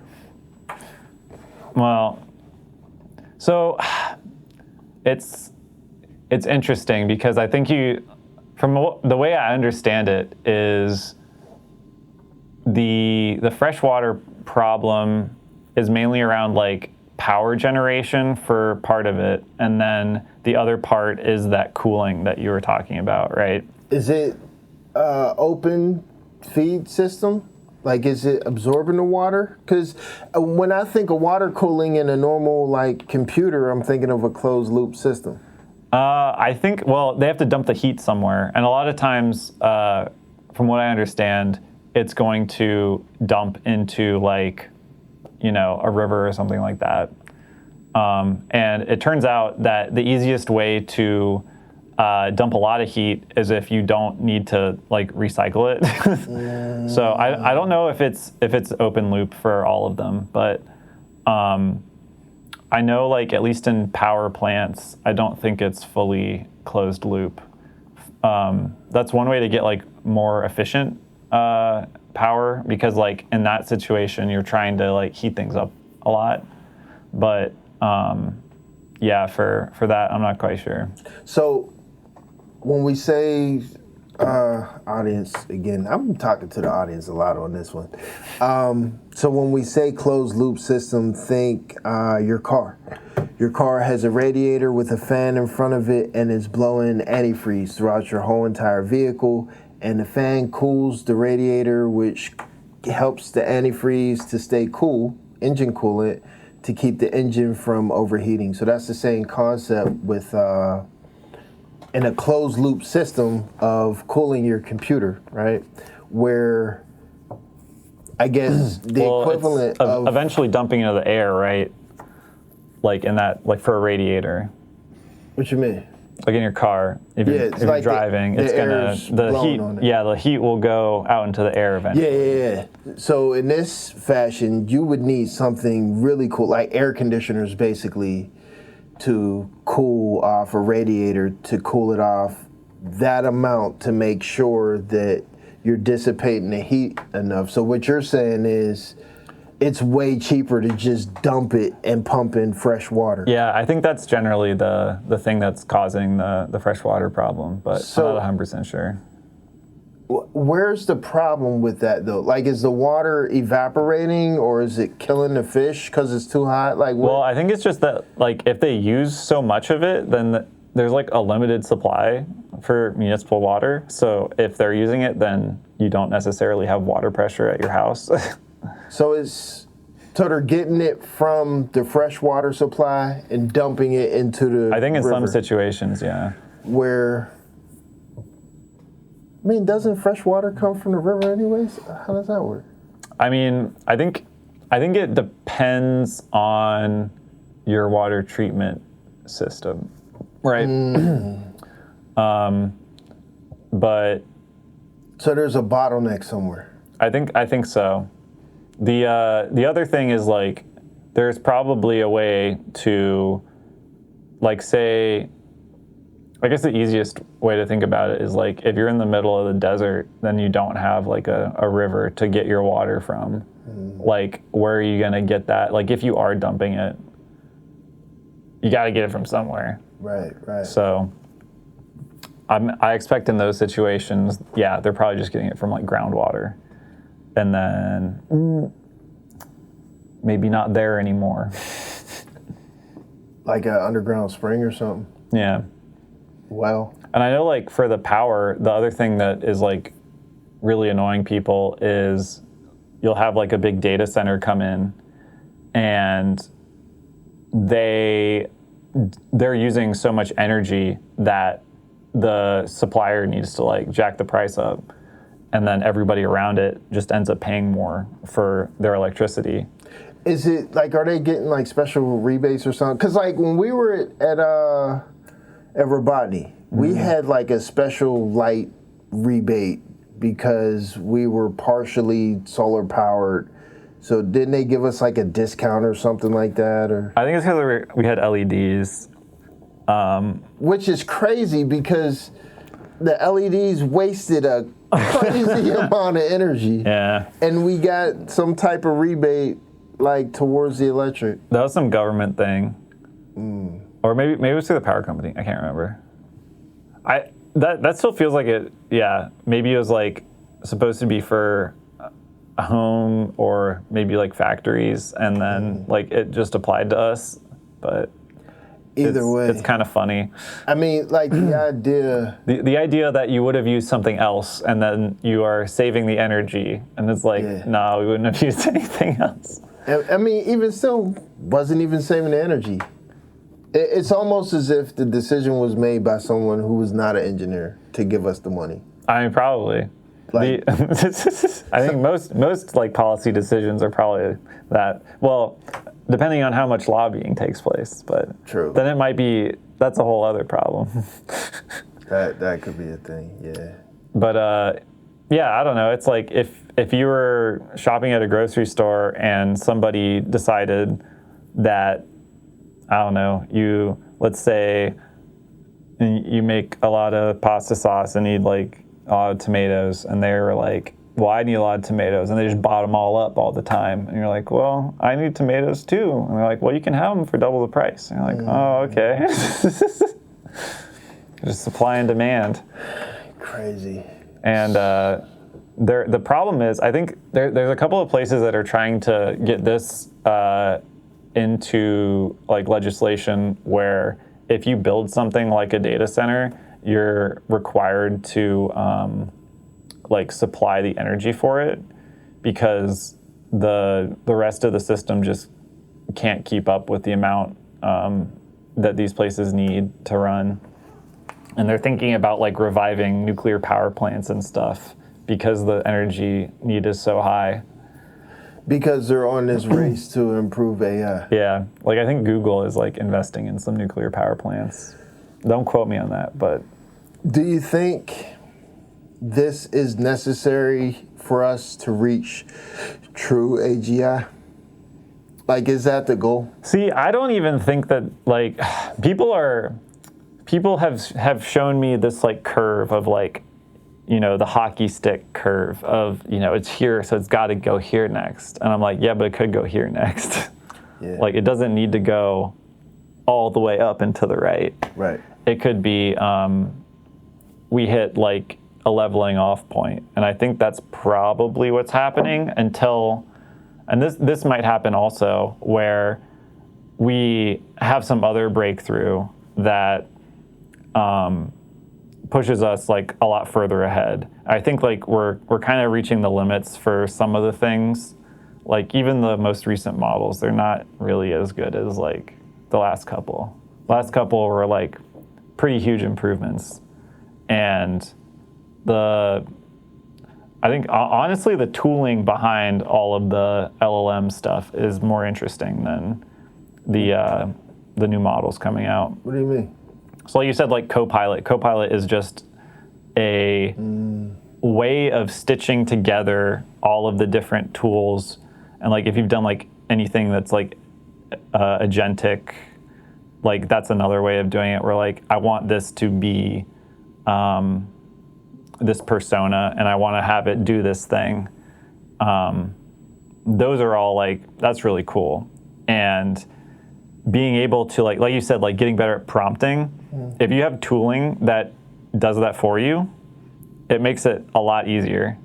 So you say like, I want to build this. And then under the hood, it says, okay, what you really meant was, and this like, I want to build this. Make sure that it has the best possible optimization for, you know, whatever, because I'm in this mode of like, you're an engineer and you know these things. How would you define exactly what prompting is? Like if you had to explain to your grandma of how to prompt to get what she wanted out of AI model. It's usually just being like as specific as you possibly can, to a limit. But at the end of the day, the LLM is pretty much just like a next word predictor. And whatever you feed into it is adding, like you said, that context. So if you give it sometimes too much, it'll lose track of what's important. And you want to make sure that it's like focused on what it's trying to do, and it has all the information that it needs to like solve that task. And a lot of the tooling that gets done is, if you see it going off on this thing, you're like, no, go back to like what we talked about, like steer it back to the thing that is important in the conversation. Yeah, I try to, so whatever I start the thread with, the conversation topics, I find myself sometimes needing to remind it. Yeah. Where in that same thread, when you get down so many prompts and responses, sometimes it just makes sense to delete it and start all over again with all the information, all the data that you've collected in that thread, put it in a new prompt, and then start in a new thread all over again. So like, for example, making pictures, where, you know, maybe I want a picture with a title directly in the center and this type of font, you know, red color with a person on the left and the right. And then it'll give me like the text way over here in the corner. And, yeah. Those are hard too, because like depending on what you're using, for the most part, whenever you give like one of these models like a prompt and you say like, no, do it this other way, it usually is like doing it straight from like scratch every time. Yeah. So there's like some of the, like I said, tooling is interesting because they've tried to work around that with, I know Google's, is it like the Nano Banana or whatever? Yeah. That one is like, I don't think it redraws everything every time or something like that. So you can like focus it on specific regions to work on, which is kind of cool. And that's like the other thing for when you're prompting like an LLM, it's getting, there's like some trickery behind like the curtains for how it works, but basically that whole like conversation history, you're pretty much giving it that every time. So once that gets big enough, it starts losing track of what's important. Right. And that's because it can only take so many tokens. Well, so even if you have a large context window, so there's like, I know with like Claude Code, there's like the 1 million token context that you can use. I still see it getting like confused and lost after hitting like, I don't know, like 20% of that. So I try to like, most of the models have something that's called like compaction. So you can say like, hey, this is getting kind of confusing. Why don't you summarize what we've been talking about and then clear it and then use that as your next starting point. So once it's compacted, it usually does a better job of staying on topic and doesn't confuse itself. Right. Or like I've also like, it has a lot of recency bias. So if you try to talk to it about something and then you're like, oh, actually, let's go back to this. It's like, well, we were talking about this right now. Like, this is important. This is important. Like, no. Forget that. Like, that wasn't what I cared about at all. That was just like an aside thing. And they just like locked onto that one thing. Wow. And you're like, it'll like argue man. with you? Well, no, it'll be like, you know, oh, we were working on this project. And I'm like, oh, but like, so this other thing, and I'll just like talk to it for a little bit about that. Like, okay, back to this project. And then we'll be talking, it was like, but to make sure this other thing is like good, like we're like, no, we're not talking about that anymore. Like, like get off that. We don't need that anymore. And like trying to steer it around that is like, I found honestly not worth it. So I just like get rid of it all. Start a new one. Is that with Claude? Yeah, usually with Claude. I found that mine does it. So I think I told you about mine, that ChatGPT I started with, which was like, started from my own LLM that I like kind of put all the information on ChatGPT to kind of Is that like your assistant thing? research. Yeah, Mira, Yeah. the machine integrated research assistant. Oh. Yeah, which it was really cool. Like when it first started, because everything that I wanted to do with like my own LLM at home and playing with it and experimenting and stuff, I would just take that information and put it in a project on ChatGPT. And then ChatGPT was basically like Mira helping me to build itself on the LLM, which is still on there. It still reminds me every once in a while. I'm like, I haven't done that in like 2 years. Oh no, it's dead. I killed it. I mean, it's just one of those, it's not 80%, but one of those projects. This is one that I feel like I believe I could do it, but I'm not sure that I have the time and like mental space to be able to tackle it. So it's not like 100% type thing. But AI in general, so it doesn't actually create anything new, right? Like it's... I don't know. What does that mean? Like... Okay, so like when we look at like artwork, so like music, pictures, stuff like that, we say, hey, create this image. Is it just pulling bits and pieces from things that have been used to train it? I mean, like to some extent, but I don't know. I always have this like weird philosophical thought about that too. Like that's kind of how like people work too. Yeah. Where like if you go to art school, you learn about all of the people. There's like a term for that. Like, God, I don't remember it, but there's a term for if somebody has no artistic training at all and they do art, because this like that's seen as like the most pure form of art because you haven't been polluted by like the training. Yeah, but And you're not copying somebody's style because you don't know about it, right? Like you could never know about like Monet if you never saw Monet and never studied Monet. And like even though like maybe you made something that kind of looked like that, there's no way that you could have ever copied it. so based on that, could we argue that... Or maybe you did because you may have seen it somewhere, but maybe not.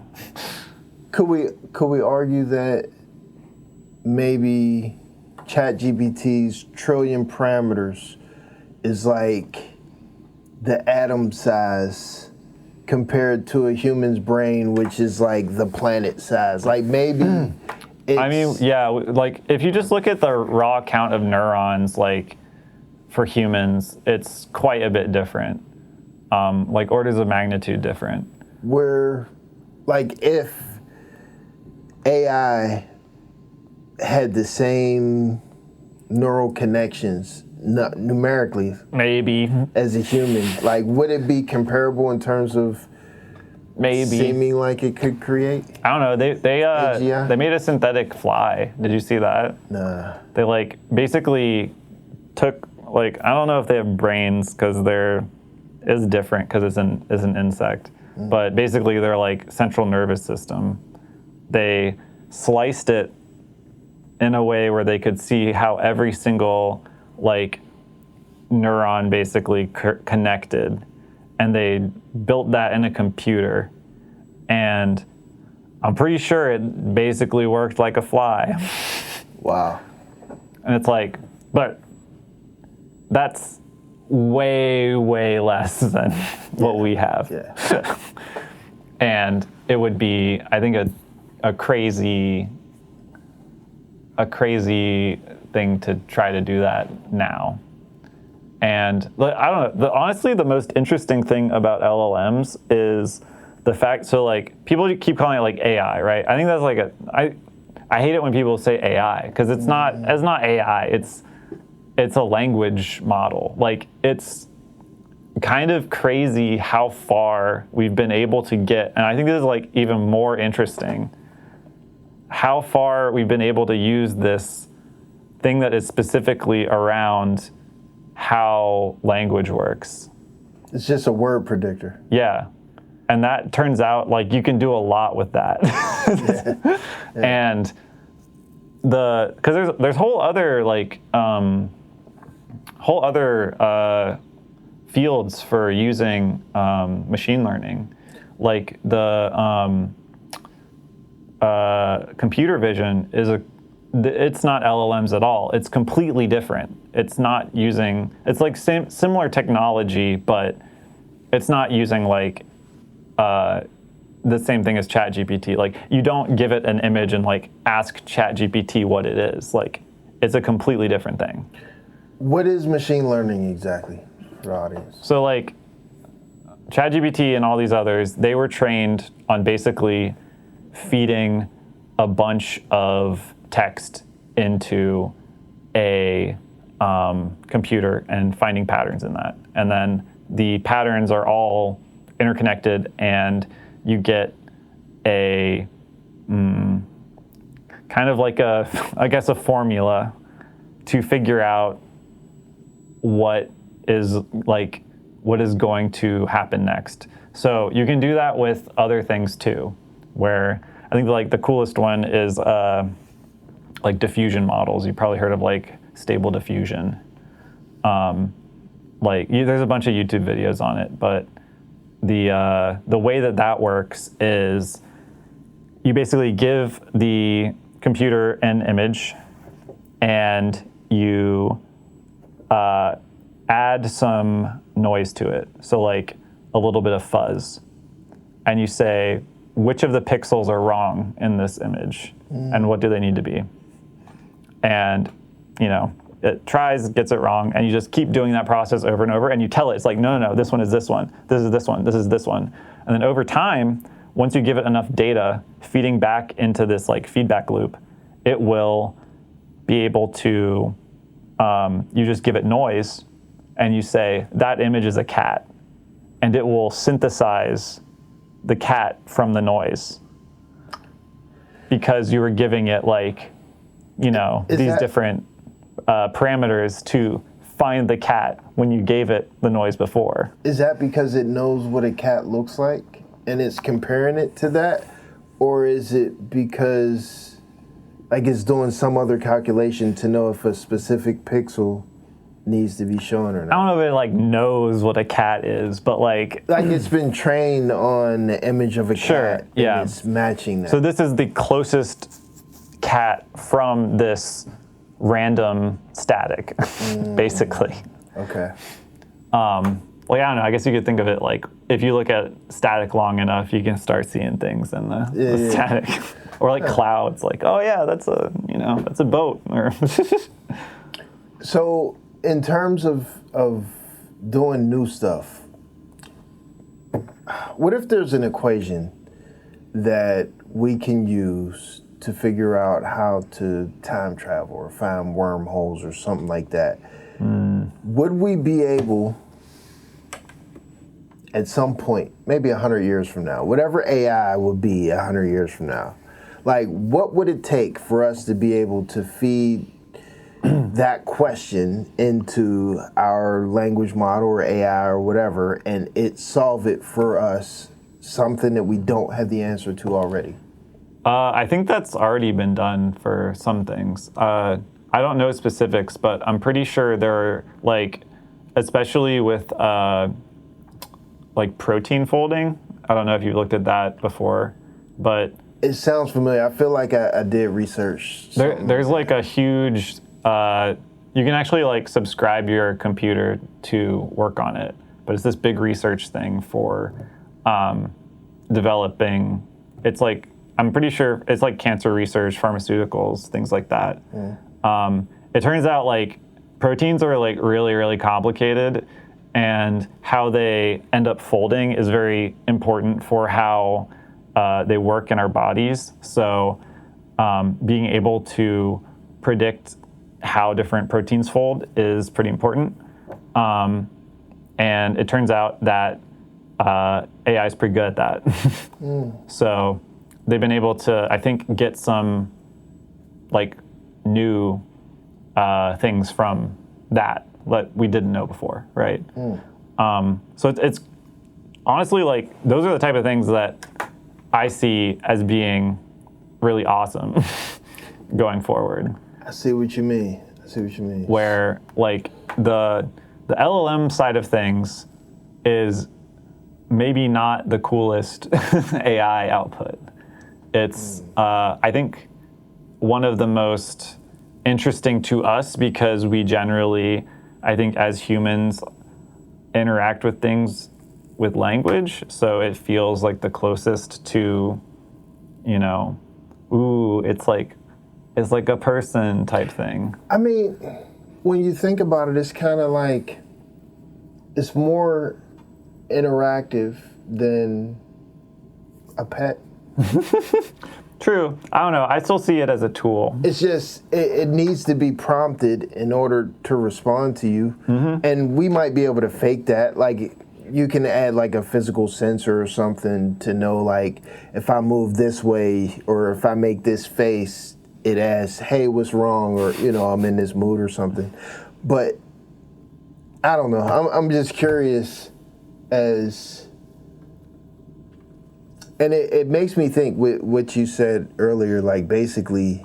I'm also not somebody that works on this directly. I'm more of like a user. So I don't know, maybe there's some people out there researching this stuff and they're like, oh my God, we got the super AI. It's all going to kill us. Like, could be. Could be. It honestly, it feels like it is a dumbed down version of humans. Like the more I think about it, and even though you say like word predictor, it's kind of like, we just seem like really souped up. Sometimes that's all I am. Word predictors. Like, I mean, we have tons and tons of experience, and our pattern recognition is way more efficient. Our brain is working way faster, and our brain is working in ways that we don't even realize. Like, the average person doesn't know that our brain is connecting you know, different things all at once. So, like, could it get that way one day? Maybe. I don't know. I don't think that with the current technology. I think we need, like, another big, like, paradigm shift, but... So it's not good for dating. I shouldn't date my AI. No, don't do that. That'd be real bad. Did you hear about, like, the people that they got really into, like, one of those dating platforms that you could like pay and you could have like basically like an AI wife, and then they turned off all of like the sexually explicit stuff and then everyone got real mad. Was that recently? I think this was like a year, maybe two ago. Because there was a time when OpenAI was talking about opening up the sexually explicit stuff. Like, it was supposed to happen last December. And they changed their mind. I think it was really funny.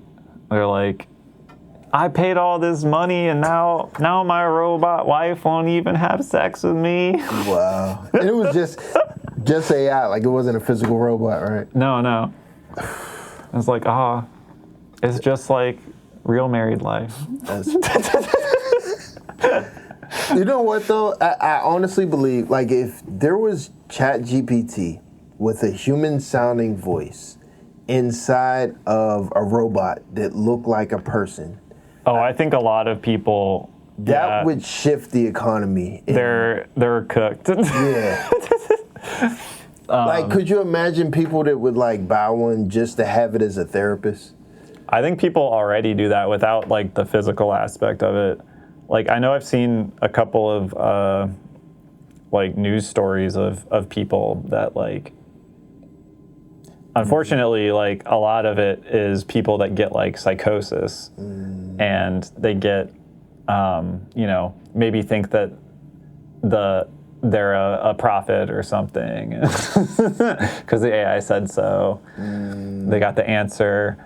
I've seen a couple of different like videos on people getting really caught up in the AI. Like you said, like it's a yes man. So it'll always tell you that you're right, and that for some people, if you keep saying that, like, that's not good. Yeah. That's So before I met my wife, I'd never felt the type of love that she gives me. In dealing with ChatGPT, I feel something similar in that the amount of support that it has. I think it can be really helpful for some people. Like, if you don't, especially like if you don't feel comfortable talking about something, like having, like that therapist, like it'll just listen to you. Yeah, and give you maybe some responses you need to get you going. Like, oh, you could do it, champ. Keep it up. It's a little better than talking to your dog or cat or goldfish. So not always unhealthy. I think like as long as it's, this is the other thing. Like I think a lot of people, they get a little bit caught up with like, these companies put these guardrails in, and they get really upset about it. Where they're like, oh, it's no longer like an authentic interaction. And I was like, well, it really wasn't an authentic interaction in the first place. But anyway, it's there for like some people that it actually is really important because they might go down like, you know, the rabbit hole, and you may be joking around about doing something like really bad, but like it doesn't know that. Right. So it's steering you, being like, hey, maybe that's not such a good idea. And that, I guess that's the thing too, because like you said, it's just predicting the next word, where it doesn't have a moral compass. Like it has programmed, well, some of them have programmed guidelines in them. Yeah. You know, if person says this word or this phrase, but no one is programming it, hey, avoid sex topics, and it just knows to avoid sex topics. Like it has to know specifically what to look for. Yeah, I think that's the other thing is like a lot of these AI were just trained online, like by just basically consuming all of the internet. So I don't know if that's really healthy. I don't. That I'm curious about. We actually, like, right at the end of our time, we're going to have to talk about this again. Yeah. But I'm really curious about how they train it, because when I tried to train mine, I had to fucking type all these different words here in this box and words here in that box. Oh, they just let it loose. They just have it, like, automatically scrape things that it probably shouldn't be scraping. Like, the big one was Reddit, where they were... Scrape Reddit? Yeah. That's... Somebody should fight that. I think they started, like... basically, their API was open. And so they took advantage of that and just, like, used an API call to get all the messages programmatically. But I think now you have to pay, like, a certain amount of money if you want to use, you know... certain amount of transactions. There was... Which made it so that none of the third-party, like, Reddit clients would work anymore, which kind of sucks, because I know, like, the first-party Reddit, like, app on Android is awful. Interesting. I feel like something similar happened with Suno. Like, Suno used... I don't know if it was Suno or another company. Some company used music to train their LLM, and the record label or somebody like went to go sue them. Like, you used this to train, and we're like, no, we didn't. No, we didn't. They're like, yes, you did. And then eventually, I guess they admitted. How do you prove it? Yeah, there's like that's one of the big things that's I've seen a couple of different like places are putting in. Basically like poison for the AI, so that if it trains off of you, like it'll either like mess it all up or make it so that you can like say, hey, this definitely had my stuff in it because like it has this thing and this is the thing that I have in mind. That's smart. And yeah, so people are getting a little bit smarter about it, I think. Oh, you just reminded me. Let's see how much time we got. Okay, this got to be one of the last questions. Let me just make sure we cover the important stuff.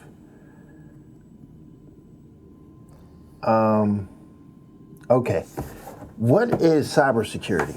What is cybersecurity? Like when to offer a job and say, hey, we're hiring cybersecurity. Like what is that doing? Well, I don't really do cybersecurity, but I mean, it's just making sure that everything is safe, right? Like there's so many like dumb things you can do that people will take advantage of, right? So like if you, I don't know, the big one is, so there's a lot of regulations around PII, like personally identifiable information, like mainly around like credit cards, I think is one of the big ones. So like, turns out if you get enough information on somebody, you can do a lot of bad things. Like steal their identity, owe a bunch of credit cards in their name, make them have a lot of debt.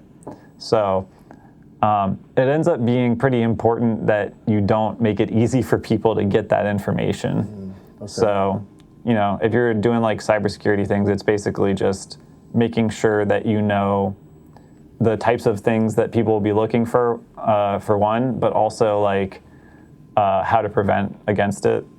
So prevent like hackers and stuff. Yeah, there's a lot of people that they do. There's a couple of different ways that you can go about securing things, and it turns out that the people that are best generally at securing things are the ones that are the best at getting at those things. Yeah, taking those. Because they know what's going, like the techniques used to access it. So you have a lot of like, call them like white hat hackers, because they're like the good guys, like old cowboy movies. The white hat guy was always the good guy. Makes sense. And then you have the black hat hackers, which are the bad guys, and they're like the Wild West. What do you call them? Desperados. And they're the ones stealing all your credit card info or your grandma's credit card info or whatever. A lot of the cybersecurity stuff is just not being stupid. Like, if you are, like, it's really hard to not have people do stupid stuff. So the worst types of attacks are like, those people that call and are like, hey, this is the IRS, give us all your info, you owe so many taxes. Dude, I used to pride myself on not getting hacked. They got me good. Yeah. This was like maybe a week or two ago on Facebook. So I got a message, and it was perfect timing. And I think this is why they got me. Well, they do it to enough people, and it's perfect timing for somebody. Right. So I had just gotten monetized on my Facebook. And like a day later, it said Facebook business something in my email. It was like, you now qualify for content monetization. Click here for brand ads. And I'm like, oh, okay. And it was literally because within the same time frame I qualified. So I went to go click on it, and next thing you know, I went to log in, and it was like password Who's this? changed or something. I logged into my my Meta brand ownership. I forgot what it's called, but it's like a portfolio, brand portfolio. And my access had been removed, but I was still in there. So I immediately went back in. I had to click on log everybody off, change the password, and then had to call in to Meta, actually, and spoke to them on the phone and stuff for them to get me back my access, because they completely removed my access. There was nothing I could do. And see, that's the easiest way to do it. Like, that's not necessarily like a technological like thing that happens. Like, that's just like, social engineering. That's the phishing attacks, things like that. Yeah. Actually, one of my friends in college, he took a cybersecurity class, and the final project they were supposed to get other students. I think it was everybody had a password that they had to keep track of, and it was on a server, and you had to get at it, and that was your grade was how well you did at getting the other person's password. And I think I don't remember if it was their team or one of the teams in the class. They did the best. They just sent out an email that looked like the professor's, and it was I need to make sure I have everybody's passwords for making sure I can verify it. So everybody send me your passwords, and then they did, and they were got so many people. Wow. I was yeah, that's the easiest way to do it. That's really efficient. They got a good grade for that? Yeah. Teaching them to be scam artists. Yeah. That's crazy. It worked.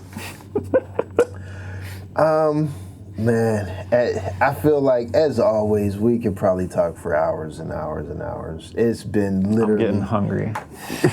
Yeah, right. I got some Pop-Tarts over there. Last question. I have to ask every guest, most important question of the episode. Uh-oh. Are you successful? Do you feel you're successful? I'm all right. What does that mean? I think I'm generally happy. So yeah, I think so. As always, I'm pretty okay. I think that's my catchphrase. I have to push back on this one. So this is a thing for every pod. Sometimes I push back on the successful question. Sometimes I don't. This one I have to push back on, just simply because I know you. I know how good of a guy you are. I know how much you're appreciated by everyone around you. Things you've accomplished that I'm what? I won't even list the personal stuff, but just one example is going fishing with your dad, or when you got your grandma's place, and you're I need to drive to Virginia and check on grandma, and all that stuff, man. It paints this amazing picture of just an amazing guy that's just navigating in life. I think, yeah, I don't know. Things like that, I guess I expect the best of people. And so whenever I do something, it's because I would always expect them to do it for me as well. So that's kind of how I try to go through life. And I agree, that's probably how it should be. It kind of feels like that's not everybody's standard, though, because it's so rare to find... You learn. In any event, I feel you're successful. And I feel like you are a good person, whether you call that a role model or, some type of leader, hero that children could look up to. I mean, in some environments. Either way, a very good guy, and I appreciate you being here, man. Well, thanks for having me. It was fun. You're welcome. Yeah, we'll continue this over our next fishing trip. Maybe bring you back for round two. You know what? Something else I didn't tell the audience. We were actually supposed to do a podcast together. Me, you, and Christian. We had spoke about it. Oh, yeah. So maybe we'll do that. We'll try some episodes. Have you done three people? I've interviewed 2 people once, yeah. Okay. That's the extra chairs over there. There's 2 more. Yeah. For me to, I bought them together as a pair, but it's so I can interview a bunch of people. Well, somebody could have their back of their head. Be nice. Or that. But need more cameras. Right. Maybe that one. But yeah, thank you very much for coming, man. I appreciate you, as always. You guys know what it is. It's the Play Cousin, Devon Gardner. I am Kalaj Dame. Thank you very much for watching the Kalaj Dame podcast. We'll see you next time.